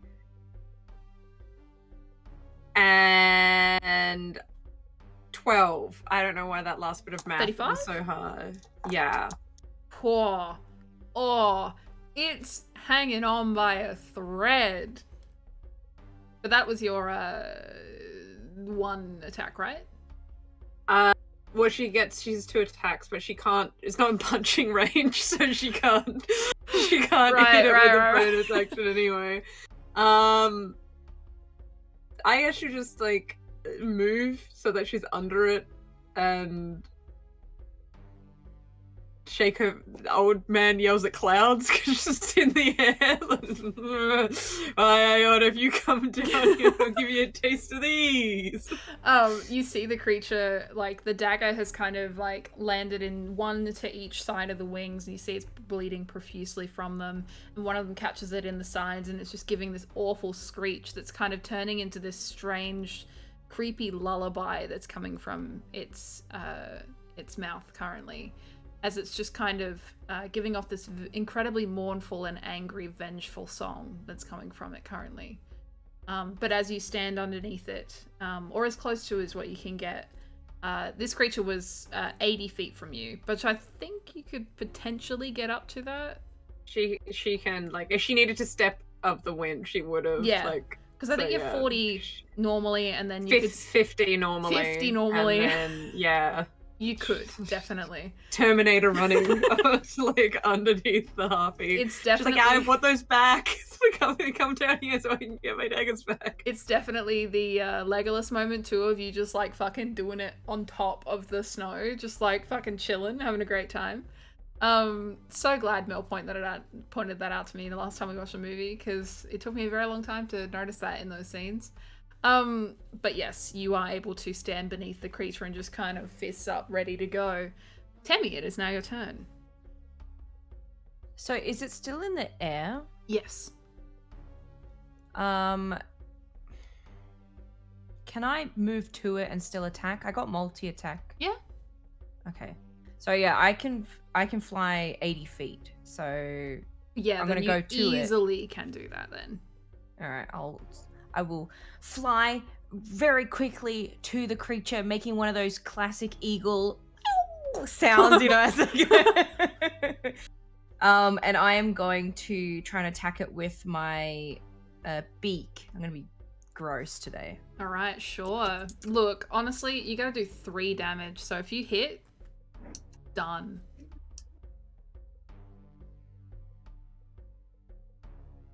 Oh no. It's in that one. I think I need to retire my character today. No, but you have multi-attack. You get 2 attacks. Oh my god. Okay, it's 16. 16 definitely hits. Yeah, for sure. Tell us, how do you take down this creature? I am going to, like, my beak wrapped around neck and try and, like, throw... Like, you know how when cats grab something, they kind of ragdoll it? Or dogs do that too? That's what I want to do with the harpy. Yeah, so you are able to kind of wrestle your it. beak around the creature and just throw it. And the creature, not having much strength left within it, lets out one final mournful note as it screeches and falls and just lands directly in the ground not too far from Eludere. And the creatures are both ceased. You fall out of initiative order. And the space around you, while still loud from the storm that rages around, is now much quieter and a lot less disconcerting. You still see the magical darkness that envelops the person that was inside there. And you still see the space around you.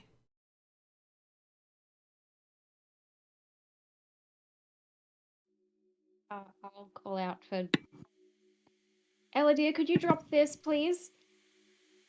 Yeah, no worries. She'll drop it. And she's like pulling daggers out and wiping them off and You sheathing them. see the man that was in there from before is kind of like blinking his eyes, having been pulled from whatever trance that they put him under from before, and just kind of looks up to you, looking incredibly bad. There's an extra gash across his face from where the creature had attempted to try and pick him up. Jasper's just like, fuck your desk. The harpies are just like death throws, don't worry, it's just ambient sounds, guys, don't worry about it. But he does remain there, and he's just kind of looking around, very confused, very unsure what's going on, and very bad. Okay, because I thought better get in there quick lest he bleeds out. So I will use lay on hands, just kind of like I'm gonna heal him, but like, you know, we need him for questioning, so it's like maybe a little force. Maybe I push him a little bit with my hand on his chest. My hands glow like an orangey color with kind of the black flecks in it and whatever. It's so cool. And I will give him 10 hit points. Love that for him. Yeah, I'll just say, stay put, and I'll wait for everybody to come over.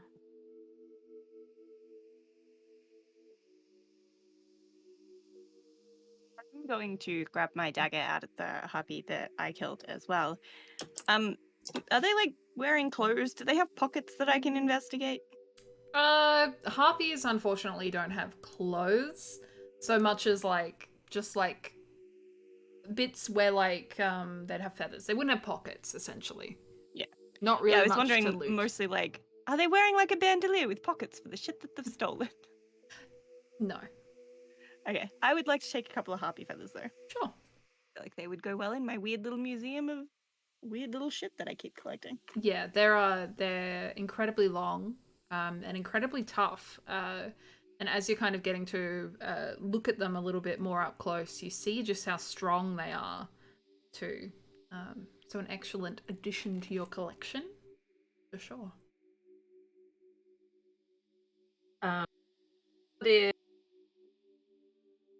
She kind of wants to be there for the questioning as well. So probably on the one that's like died just outside the darkness. She wants to extract the claws. Yep. Talons. Sure. The man that you've saved looks on in abstract horror as you begin declawing the harpies just around you, and you are able to collect the talons from the creature.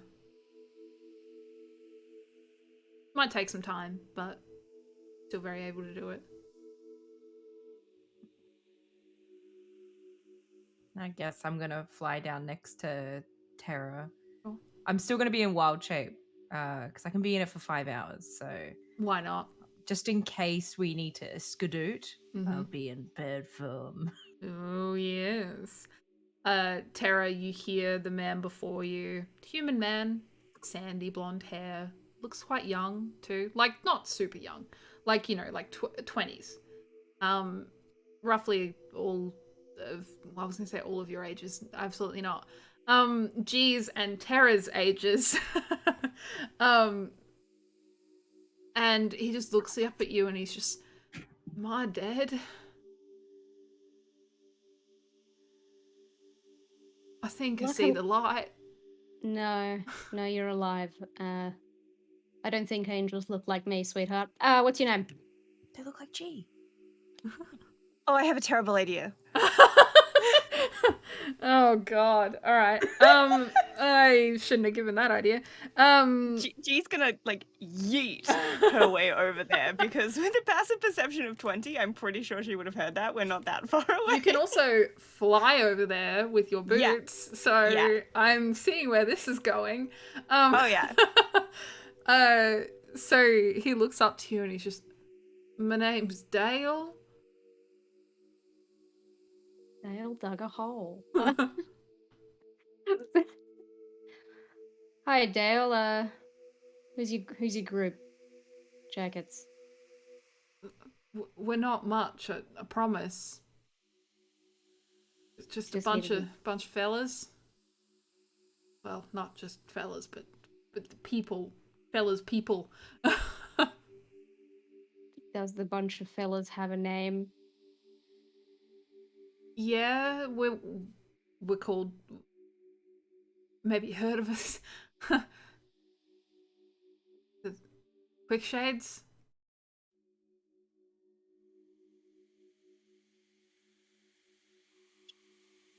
I feel like I should. That sounds familiar. Is that familiar? I know why you probably think it is familiar, but it is not for D&D reasons. I have a Okay. quick shade in my backyard sometimes. Uh-huh. It's a tent. Uh-huh. You see like a small little brooch on the side of his jacket, which appears to be like a nightshade berry that's kind of surrounded by a circular design. You get the feeling some kind of organized group. You got the suspicions that it was like a mercenary group from the people that you've spoken with before, and that's kind of reiterated as you kind of get a bit more of a look. What were you all doing out here? Finishing a job, I swear, that's all we were doing. Okay, what kind of job? A delivery job. We just had to bring something from one place to another. What were you delivering, Dale? Cargo, I don't really know exactly what it was. It was big, it was shiny, it was sword shaped, sword shaped. Wasn't a Couple rapier of by any things. wasn't a rapier by any chance, was I it? mean, maybe. Had a big fancy sheath on it. Not a very rapier thing. Or maybe he's just stupid. It could have just been wrapped up to keep it safe. Yeah. With I don't know, a cloak thing. Lots of leather. Can you tell me who you were delivering for and to? It might be important. You I have don't an know. address? No, Who was the leader? not me. Point at the leader. He'll point, and you'll see just like absolute carnage when he points. You see like someone who in life probably would have been a very strong person, but the best description that I can think of, if you put each of the pieces back together, this guy looks like an absolute fuckboy. There's like, even in death, there is a pose that could only be described as fuckboy-y. You feel the cocky energy coming even from the corpse. Like, Corpse is just dabbing. like the hair is swooshed back to the side, very clearly, like unnaturally styled, especially for the kind of adventure that they would have been doing, especially coming out here. Like you even see like snow kind of clinging to the hair where the product is kind of set in. Just very much not practical. Alright, I love that you're dunking on this dead man. It's incredible. I love it. Very Wendy Williams of you. He might have something. I don't know who it was. I just get told where to go and what to do, and I follow along. Okay, well, where did you go? We came here. Yeah, where's the sword then? If you came here, do you still have it on? No. Where's here? You're in a field. You don't just deliver a sword to a field. We were heading out in this direction. They told us to go about a couple hours out in this direction, and we would find them. And they're not here. Who's Who's that? them? Yeah, who's they? our contact, the one that we were going to deliver this to, that's where we were going. We were told, go out in a field and we would be absolutely fine. Didn't expect to be beset by giant bird creatures. They're harpies. Wasn't just a harpy. There was this huge bird. Did that take the sword? That's what I'm trying to ascertain, that specific piece of information. If your contact wasn't here, where is the item that you are transporting? Well, yeah, I guess it did. Took off a couple of people, but it's not here. You would see it. It's like a big mound of stuff.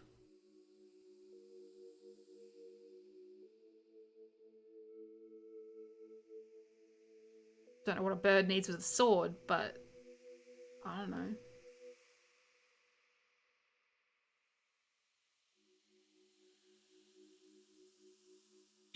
Where did you get the sword from to transport in the first place? We got given it in Corwald. Someone brought it into the warehouse and said, here's this, deliver this here.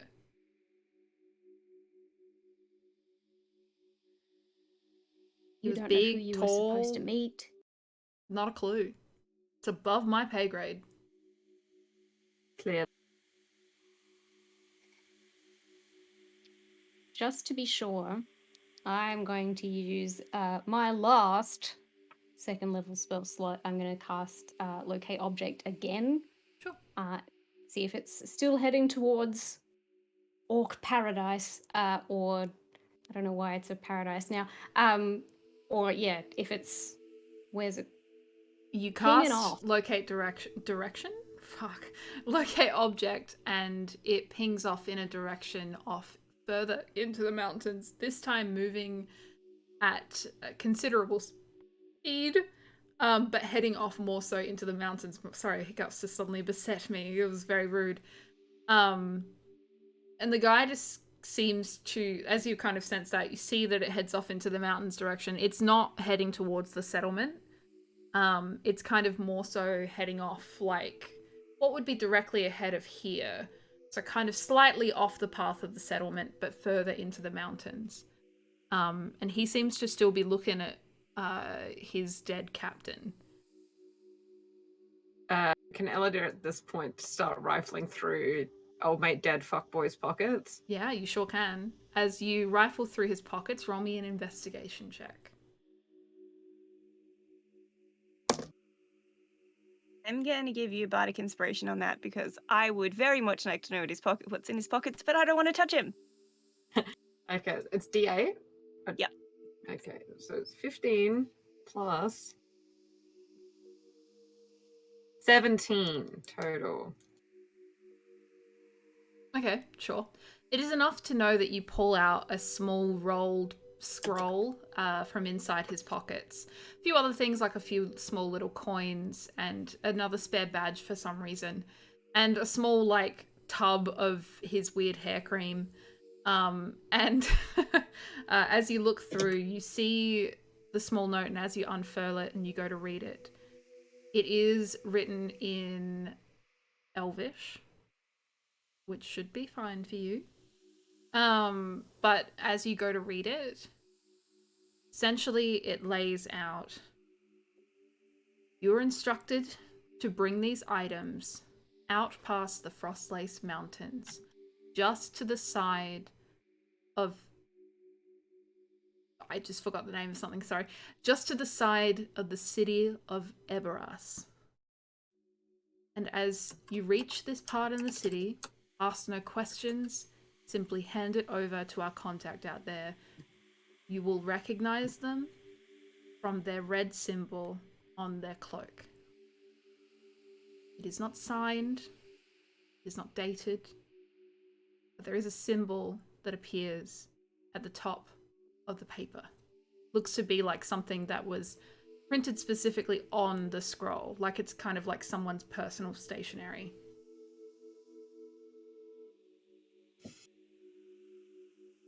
Right, so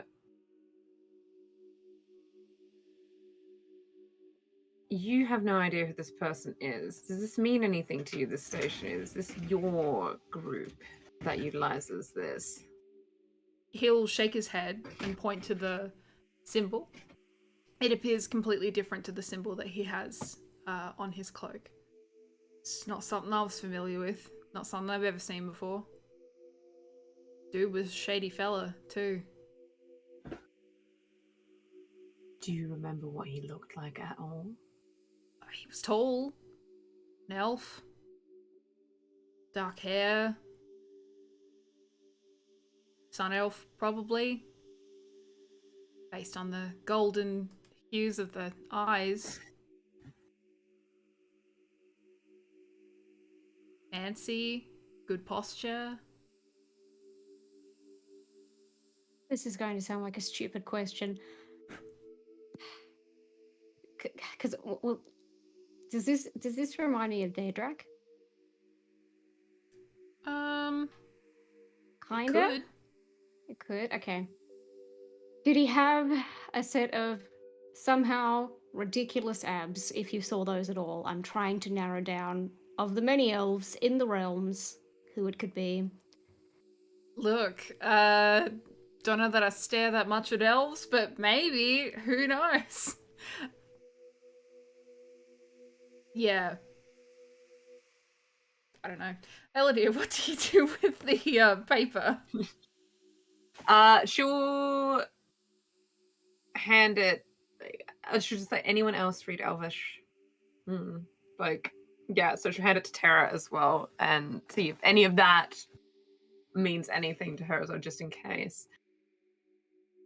Right. Well, we have.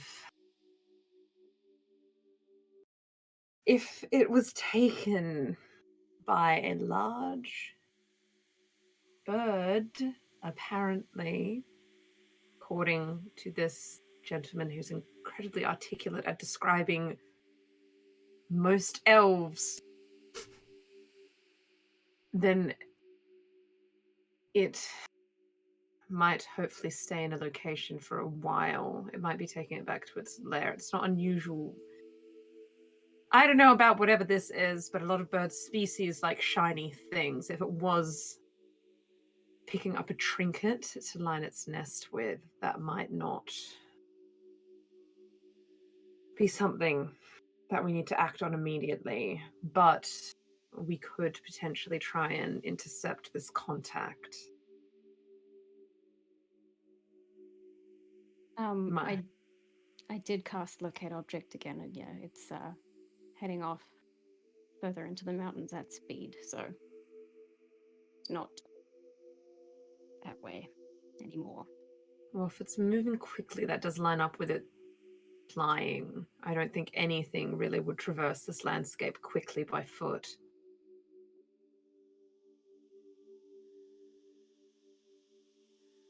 This might not be a vested interest to other people, but if we can get any information on this contact, it might have information on the people who resulted in my father being killed. Does anything on the scroll mean anything? Like, is there anything about what's written on there that makes me go like, ugh, knowledge? I know things. You look to the scroll, and it looks like very neat handwriting, at least someone who's studious. And so as you look, you're not really sure. It doesn't entirely ring any bells for you specifically, but as you look to the scroll, your eyes are drawn to the symbol that's written on the stationery. And you see up the top a familiar sign. One that you would have been issued, or you would have at least seen before in the dining room / study of someone that you are fairly familiar with. I'm afraid. You see the equivalent of a family crest of Daedrak.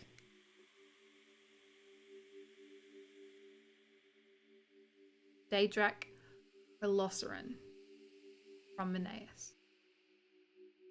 Ah. I'll hold up the paper. I'll just kind of give it like a little smack with the back of my other hand. Dead right. Ew. Yeah, I know. This is his family crest. We can talk later. We don't need to bore Dale to death as we freeze here in the snow.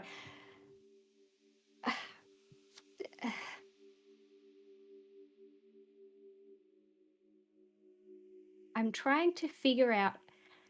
I feel like we should search for anything useful or personal effects that Dale can pass on to the rest of the Quick Shades to let them know that they're dead to families or whatever.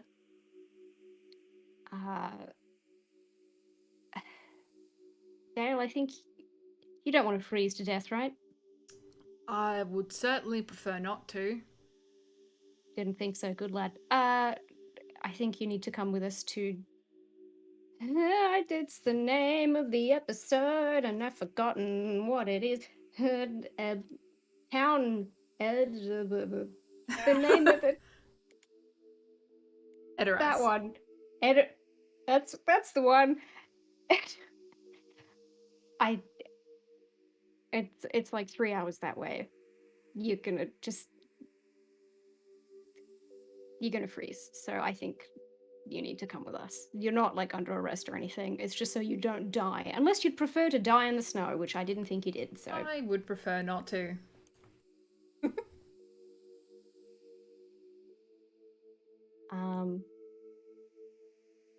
Yeah, I guess. Is there anything else useful here that we can grab? Roll me an investigation check to have a bit of a look around the kind of the battlefield. If Temi is still an eagle, I will ask her,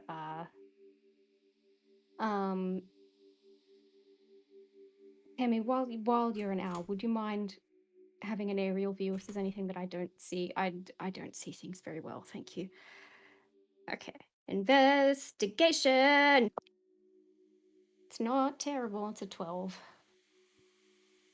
12 is enough to know that as you kind of search the pockets of the people around you, you know, kind of having a bit of a look at anything else that might be any kind of lead amongst you, you do spot kind of a few small things. It looks like there are a few insignia of some sort of like lapel pin type thing of some kind of family that you don't immediately recognize, but appear to be fairly ornate in description. As in, they appear to be of some kind of nobility, but at a quick glance, can't really recognize exactly where they would be. And as you kind of look through a couple more pockets, you pick up a few random bits and pieces here and there of just little mementos that people carry with them, a few small coins, that kind of thing. But it looks like most of the stuff that they were carrying on them, they were prepared for travel, not so much for, you know, like moving or planning to be somewhere permanently or anything like that. And you do spot a few torn pieces of what appear to be some kind of bag that had been torn off of the shoulder of one of the people. So like the strap itself is kind of lying on around its shoulders, and the rest of it has been taken away. I will put all the things that are like personal mementos, I'll put those all like in a pouch together. I'll take a couple of those like nobility pins. If they're all the same symbol, I don't need to. Well, I mean, maybe I'll take all of them and put some of them in the mementos pouch, and then like just keep a couple for reference in case. And then none of them have like winter cloaks or anything, or like is it just like they've been torn to shreds? Like if there's anything. Sure.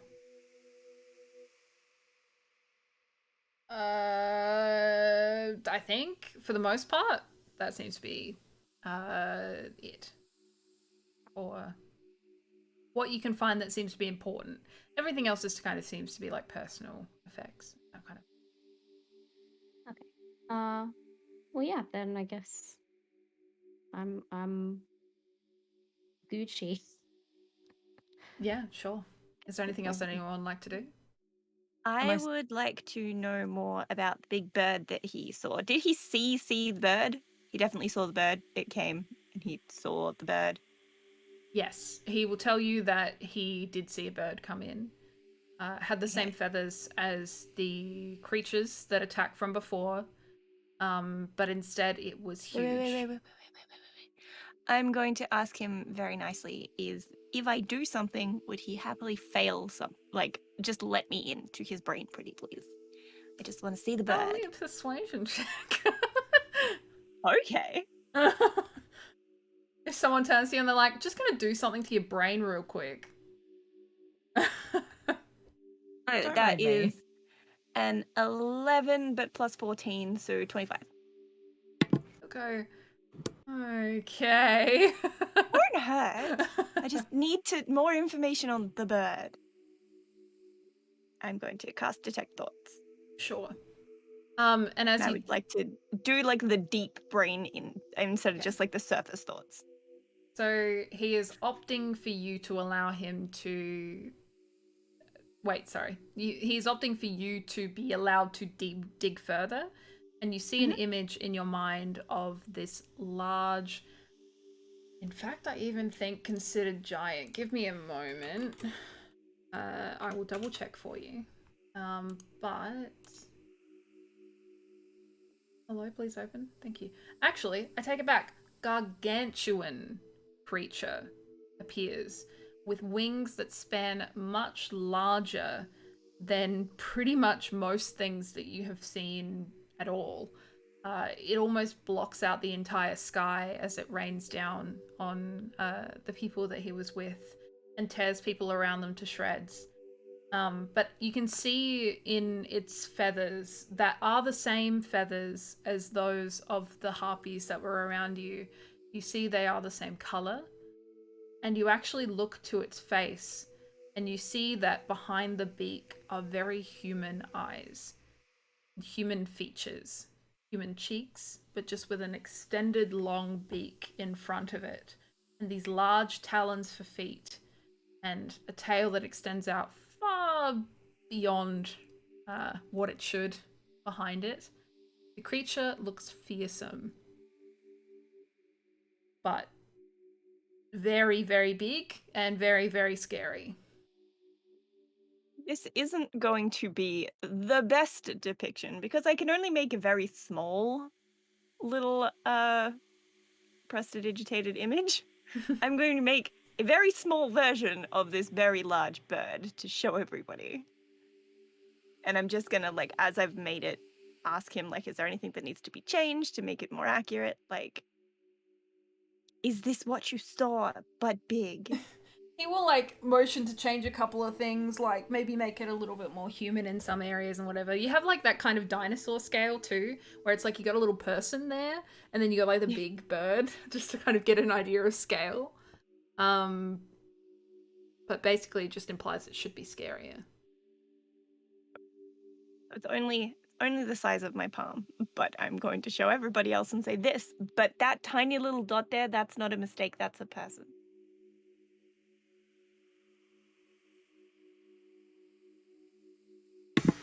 Do any of us recognize that creature? You can roll me a history or a nature check. It doesn't immediately ring any bells. Like, it's not like you innately are very familiar with something like this. Nature or history? Nature or I think that's history. for me.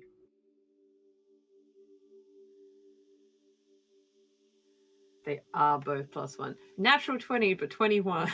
21. 21 is enough to know that there are creatures that are of this size, for sure. Bird-type creatures that would be large enough to fit the bill for something like this. You know of one of those creatures being a rock, a large bird that would encompass that size. But they are, for the most part, just birds. This appears to be something entirely different. In the sense of you can see the humanoid features kind of peeking through in the larger creature, you know that there is something a little off about this one. You get the feeling that the closest to would be something like a rock. That's ROC. for ROC anyone who is right. curious. So would it seem like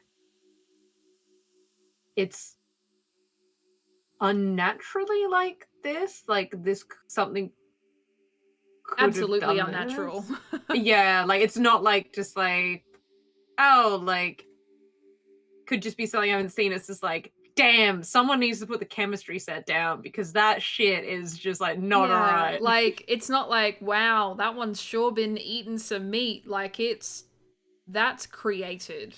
That's not naturally occurring. Yeah, that shouldn't exist.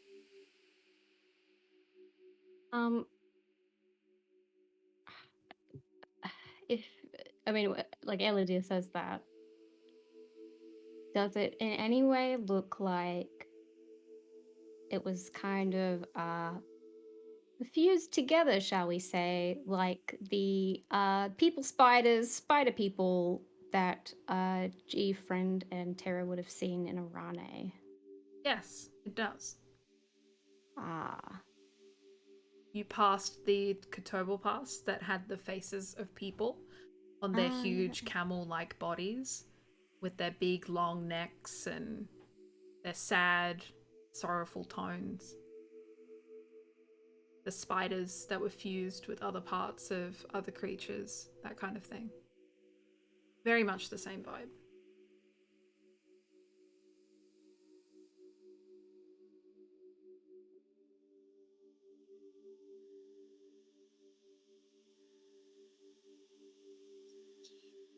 For everyone's benefit, let's go on a break.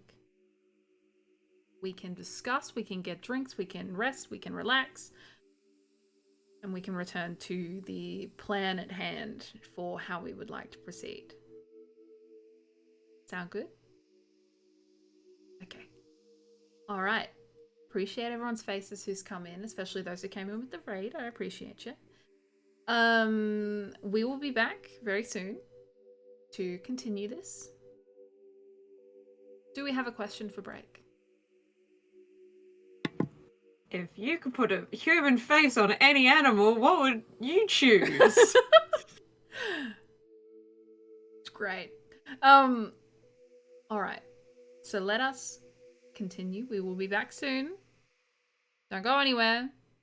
And tell us what kind of creature you want to have a human face on. Let us know. All right. Bye.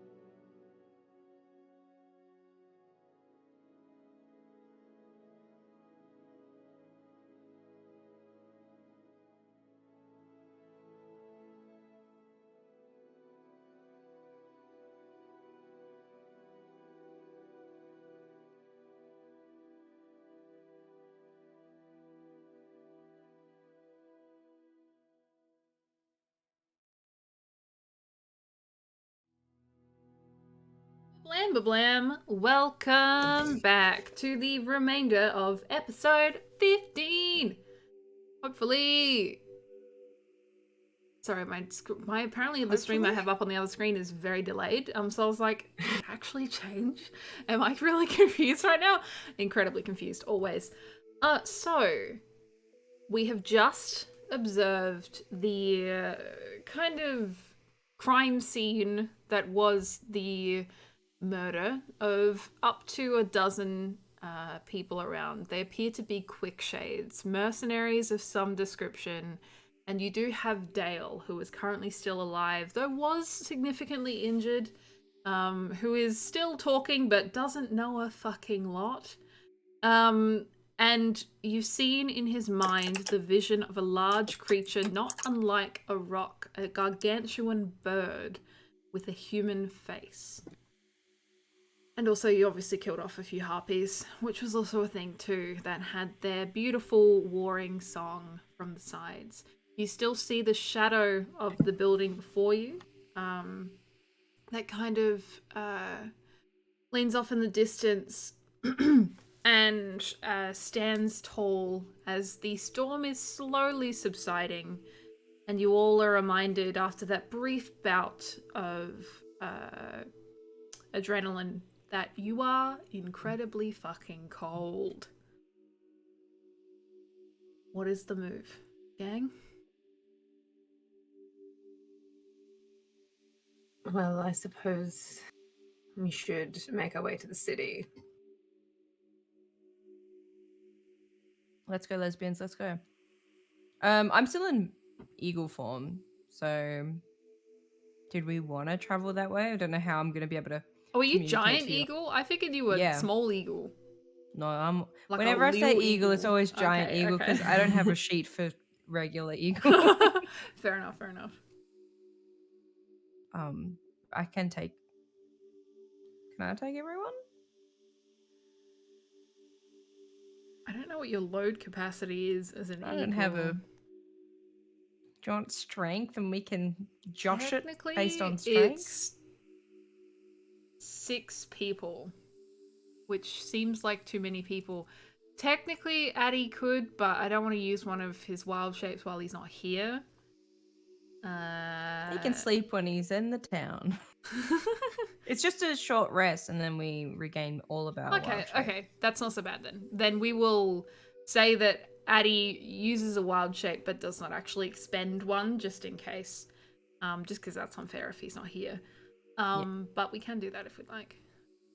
So, what are you doing with him?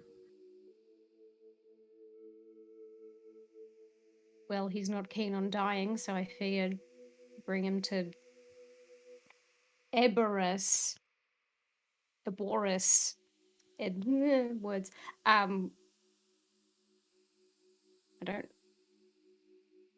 don't really want to leave him out here.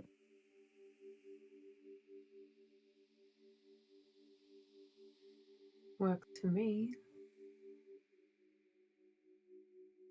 Well, Dale, have you ever ridden a giant eagle? Nah, not something I'm familiar with.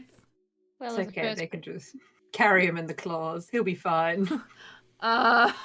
Having been just attacked by a giant bird creature about to be picked up in the talons of another. Yeah, he's very excited about that. Can't Just be blindfold choosy if him. you're nearly dead and we saved your life. True. Just saying. Hey, you can't be prejudiced against all birds just because you got attacked by a bird-like creature. This is a very Who are nice ya? giant eagle. True. I was- Ashley, Mass Effect? Push. It was 10 minutes ago, Dale. Get over it.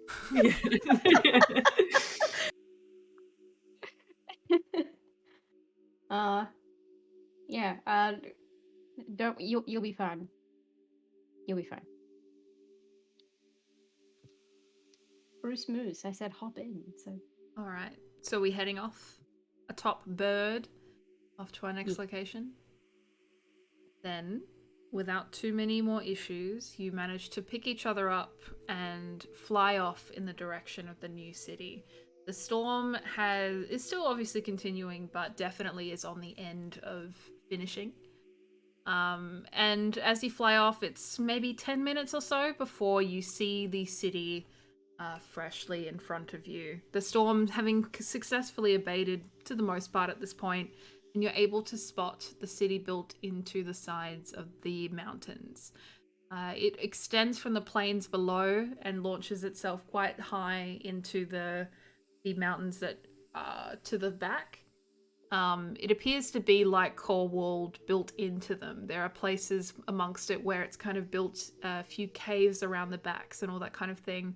A lot of the city appears to be of granite and sandstone, things that are a strong natural material that would be ready to withstand the kind of temperatures that they would get here. You see a lot of bright, colourful drapery across the fronts for flags and the like. And you see a number of people kind of moving through the streets in various forms of dress, and quite colourful from the distance that you're at. There are these kind of makeshift walls around the front. I say makeshift, they are very much walls, but they have open parts where the gates would be on a normal city. You get the feeling they don't usually get visitors, so it's not usually a big deal. But there are guards on the tops, and a few you see will point at you as you approach, weapons in hand. Many of them appear to be orcs, but you do see amongst them a load of other creatures. There are a few smaller goblin guards who kind of move around the front. They're dressed in neat clothes that fit them, and they're nice and elegant in a way as well. A lot of leathers and kind of cool, warm clothes. You see a few dwarves running around as well, and all different sorts of people of the like, but specifically 2 orc guards will approach you from the front as you're kind of flying towards them, and you land some ways out from the city. They will come out to greet you, essentially. And unless there is anything specifically that you do beforehand, they will eventually reach you and just... halt. State your business. Oh, there actually is one thing that I wanted to do back up when we were on the mountain that completely escaped me during the break. I don't want this guy wearing his stupid blue coat. Okay. That identifies him as a mercenary. Sure. So he can be chilly. I'm going to convince him or take it. Sure. While we're up on the mountain. Based on how you assisted him, I don't think it will be that hard for you to manage that. And Eludere is still, like, she pretty much, since we've been traveling, has had the hood up and has the red hair and honey-colored skin. Sure. But yes, they will ask for what you're doing here. We are the book club. We're tracking something very important. That was taken. We're tracking something down. You mean no harm? We found Dale here in the snow. Say hello, Dale. Hi. Figured he didn't want to die. So we mean no harm. We just don't want to freeze to death ourselves. Understood. Giant birds approach the city. We tend to want to investigate, and as he sees that Attenborough at least will turn back into themselves. Temi, I'm assuming, maybe soon after as well. We simply wanted to check. Is there anything in particular that you're looking for here? Perhaps we can help assist you in directing you where you need to go.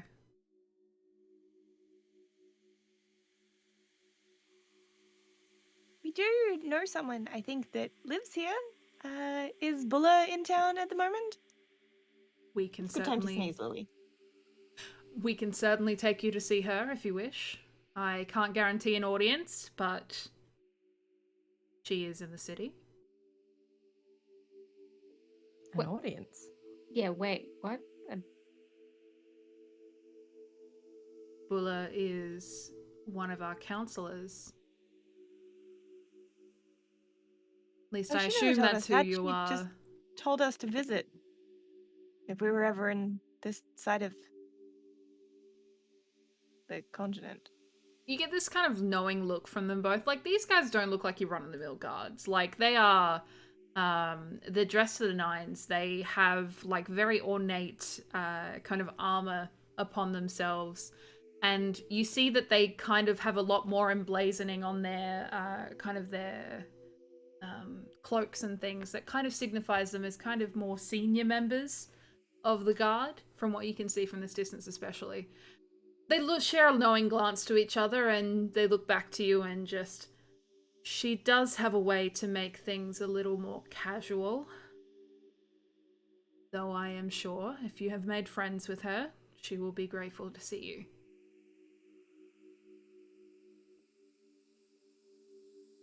Cool. Right. Well, I'm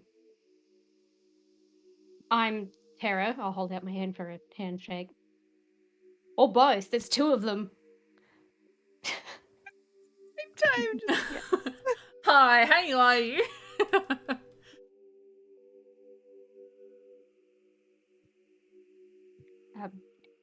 Lady G. Temi, Attenborough. Friend isn't here right now. And this is stalling for time while I turn the page. There is a name that I wrote down last week. Da da da da da. Amanda. Okay, good to know, good to know, good to know. My name is Raz. I am Commander of the Guard.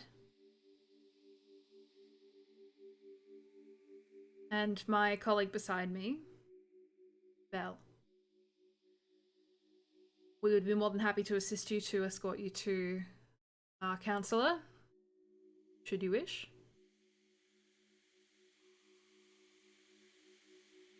Seems like a good place to start. I think, Dale doesn't need to come with us. Maybe we can sort out a place to stay for him on the way, if that's all right.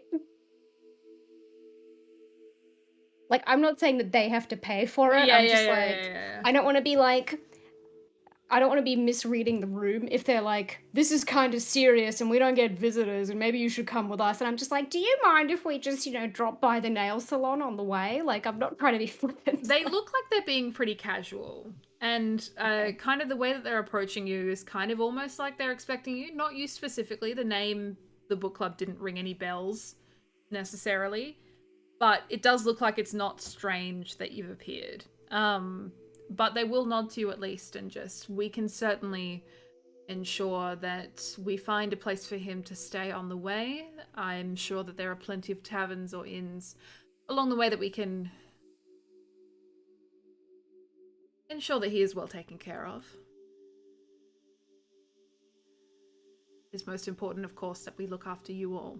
We thank you for your service to us and for agreeing to assist us in our hour of need.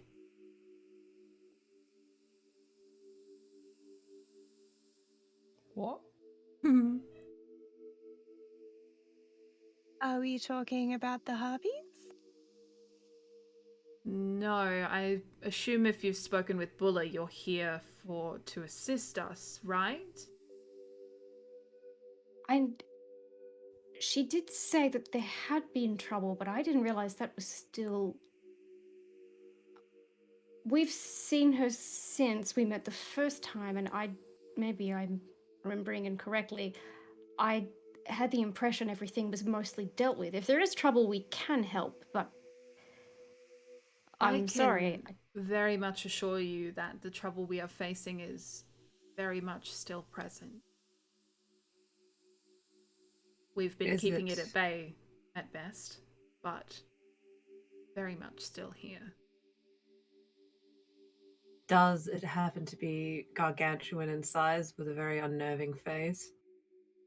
That is an aspect of it for sure. I believe that you've had something to do with our bird, then? Indirectly, yes. Shall we walk and talk? Sounds good.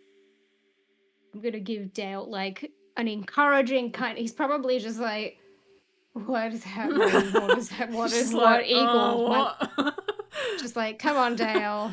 Yeah, You'll be fine. For all intents and purposes, though, he is a ball of dough. You can do whatever you want with him right now. And like pretty much just go set him free as soon as you get in the city gates. But yeah, can Eludere then like just sorry. Go. Oh no, Eludere was just gonna like put a gold in his hand and just be like, don't remember us, and like get the like guards like to point to like where a tavern is and just be like, be free, Dale, Mr. Worldwide, Mr. Get the fuck out of our faces now, goodbye. Absolutely. I'm going to kind of like Obi-Wan Kenobi suggest to him that everybody probably is going to think he died on that mountain, and if he wants to pick up a new career path, not working for a mercenary group, this is probably a good place to start. Thanks, I suppose. I guess it's not like I have any friends left. Guess I'll look into some alternate side of work, I suppose. Maybe something less dangerous. Maybe. And definitely avoid the last name family that I forget from like 20 minutes ago. Which one? What's his fucking last name? Relosserin? Relosserin for Daedrak, right? Yeah. Yeah, Relosserin. Maybe just avoid them entirely, forever. I'm not saying this is like a threat, but it really would be for your own good. Like, really. I mean, Oh, that okay. I was meaning to ask, does the name Velociraptor mean anything to her? Roll me a history check.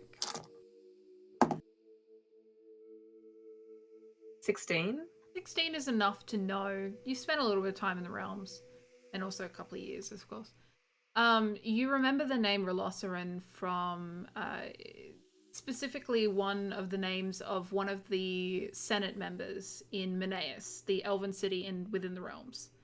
While you don't specifically know a heap about him, you at least have heard his name amongst your network quite a few times in the time that you've been around here. He seems to genuinely make a name for himself wherever he goes, but mainly in a...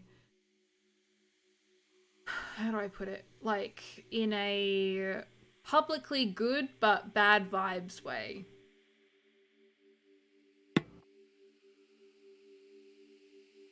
So there was no, though, but like from Imprenia, there hadn't been, like that name doesn't mean anything in affiliation. Okay. No, nothing to do with your Only home, for the just for the realms. realms. Yeah, and only the also realms. for Minotaurus, which you would have probably like glossed through from Ostelos. Being that most of the people from Menaeus came from there, and because elves lived for so long, most of them lived there before as well. Alrighty. I will give Dale the little pouch with the little kind of mementos and stuff. Or I'll kind of present it and I'll say, would maybe give yourself some time if you decide you want to start a new life or whatever. I am sorry about your friends, by the way. Bless you, Pastel. Would you prefer if I took these back to the quick shades for you? I can do it if you want. I mean, sure. Means I don't know when I go back there, I suppose. All right, I'll do it. I will give him... I'm going to give him an extra 5 gold. I love that you guys are just like, gold, gold, gold, gold. We'll deal with all your problems. Don't you worry, love. Go off and start a new life. Have fun. Money solves all problems. Haven't you heard? Here's some extra money. Follow your dreams. Don't do anything evil. And have a nice life. He'll just, and eventually he will just kind of like stop and you guys will continue walking and he'll just stand with his gold in his hands and eventually move off in a direction. Going towards something that looks vaguely like a tavern or inn or some kind of place for him to rest. But as you continue, Raz will kind of be walking along with you. You see that he's very tall. He stands about like 7 foot, so I think that's roughly Temi size. I think, yeah. And dressed in very ornate armor. Again, they are the commander of the guard. So very much the best looking outfit that you can find around here. And as they walk with an air of confidence around them. And you see them nodding and gesturing towards people around. And as you get a little bit further into the town as well, you do spot that the snow picks, like it disappears for the most part as you enter inside. And you feel a warmth beneath your feet as you move. And if you ask about it, Raz will tell you that the city is actually internally warmed. Magic beneath the ground heats it and keeps it at a nice, comfortable temperature. It's still very cold, but at least the snow itself doesn't seem to stick. And any kind of wind or any temperature around the place, any wind or any snow around the place just doesn't tend to stay. Just nice, comfortable. You don't feel that biting snow, and you feel yourself slightly defrosting from what you were from outside. He will turn to you all and just... So what did she explain to you has been happening? Out of character, it's been a really, really long time. Basically, the last couple of times that she's spoken to you, she said she has a problem with something in the mountains. So, not a lot. Basically, Okay. It was, come and find out. Yeah, for some reason I was like, is it a civil war? I don't think that sounds right, but I can't remember, so I can't say anything until I've asked. I think I was misremembering. I think I thought it was like riots, like Corwald and Menaeus had, and I think in my brain, because I was like, it's near Corwald, it probably has something to do with the riots, and bundled that up in my head. So okay, There not were right. definitely fights, but essentially, Raz will relay to you all that, and I guess I'll start speaking in character. There have been creatures emerging from atop the mountains for months now. We've tried going everywhere for assistance. We sent Bulla out to Menaeus first, the farthest reaches of the realm, to see if we could get assistance. And then to the Colosseum fights in Corwald, try and see if we could find strong adventurers to come and assist us as best we could in a last-ditch attempt to try and get anyone to help. These monsters have increased in size, and they are nothing that we have ever seen. That strange bird creature is one of the latest. It settled in some time ago and appears to have amassed a bit of a following amongst the harpies that live around us. For the most part, they've left us alone until this bird came in. And now they have some kind of band going. And I don't know why.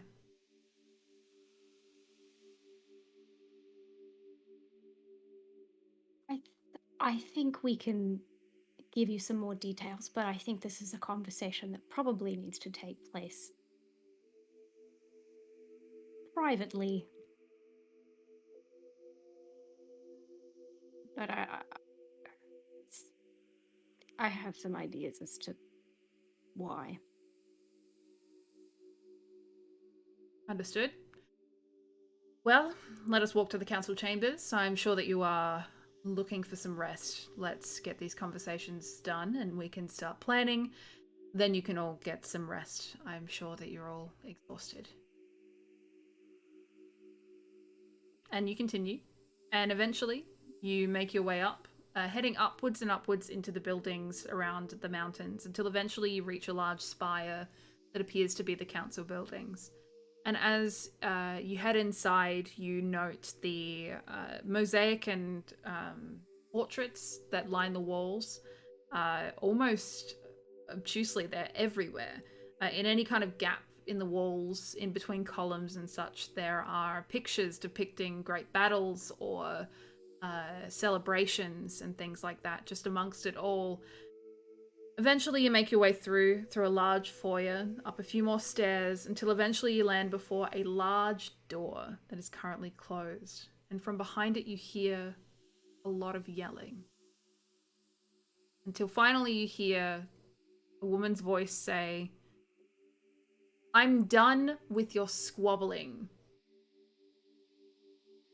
We will make a decision soon, or they will make it for us. I plan to get help. You best all do the same." And the door opens, and you see from behind the door emerges a tall, orcish woman, Bulla.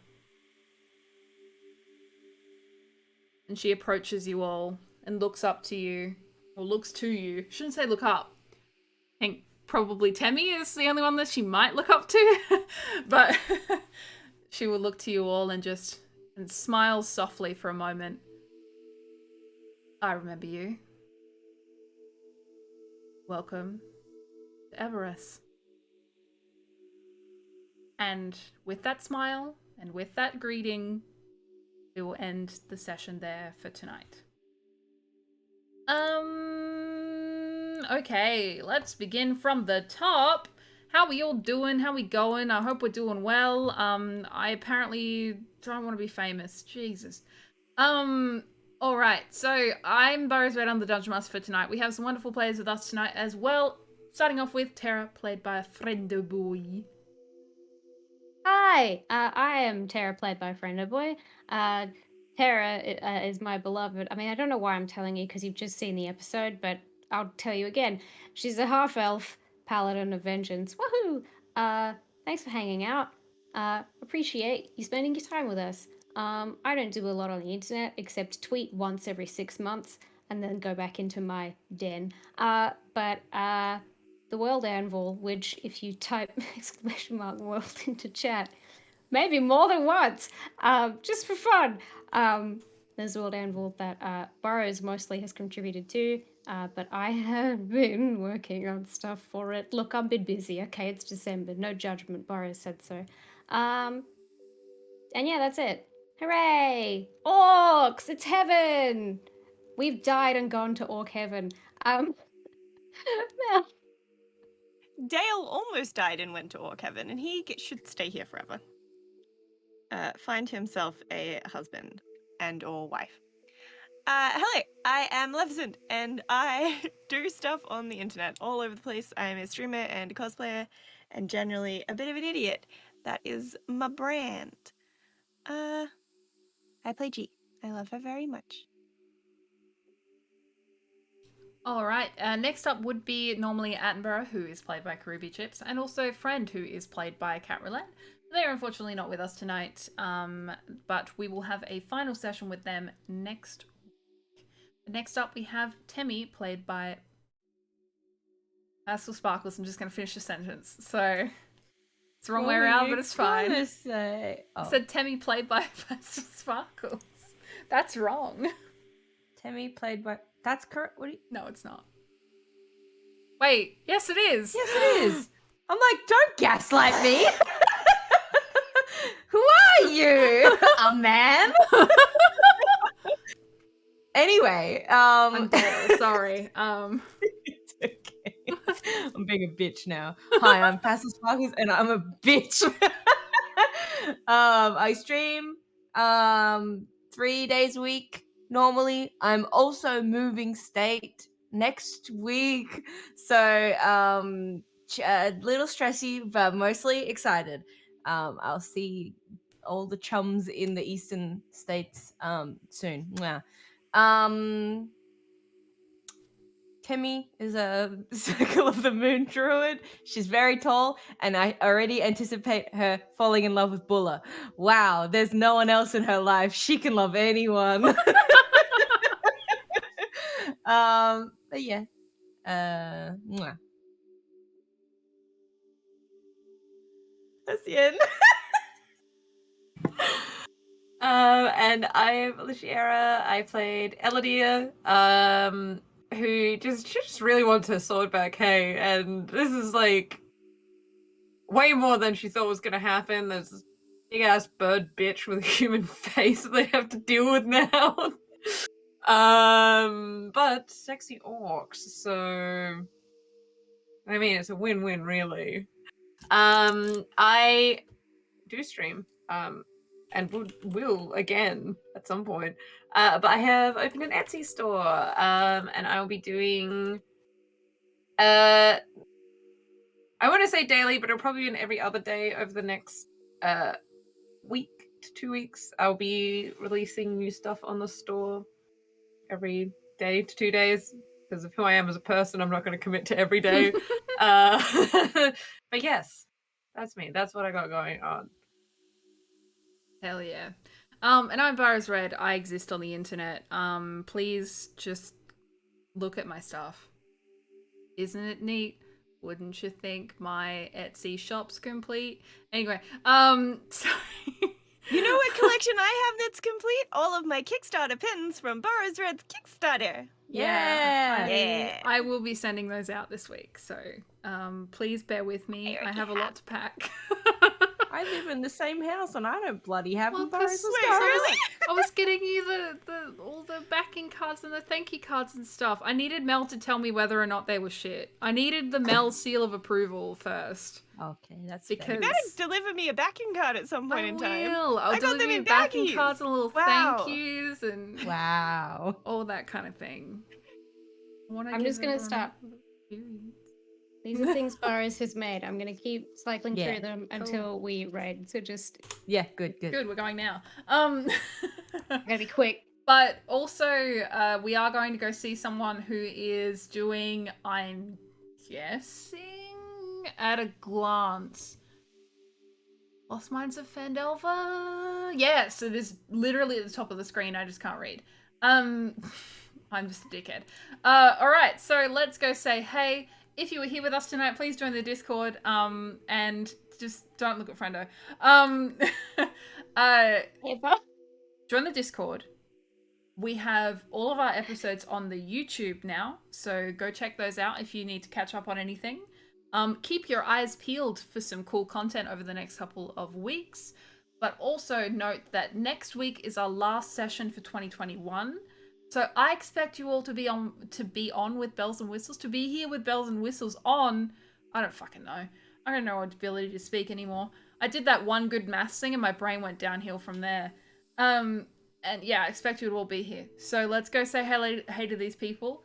Let's send doots and just be wonderful people like we always are. Okay, bye-bye.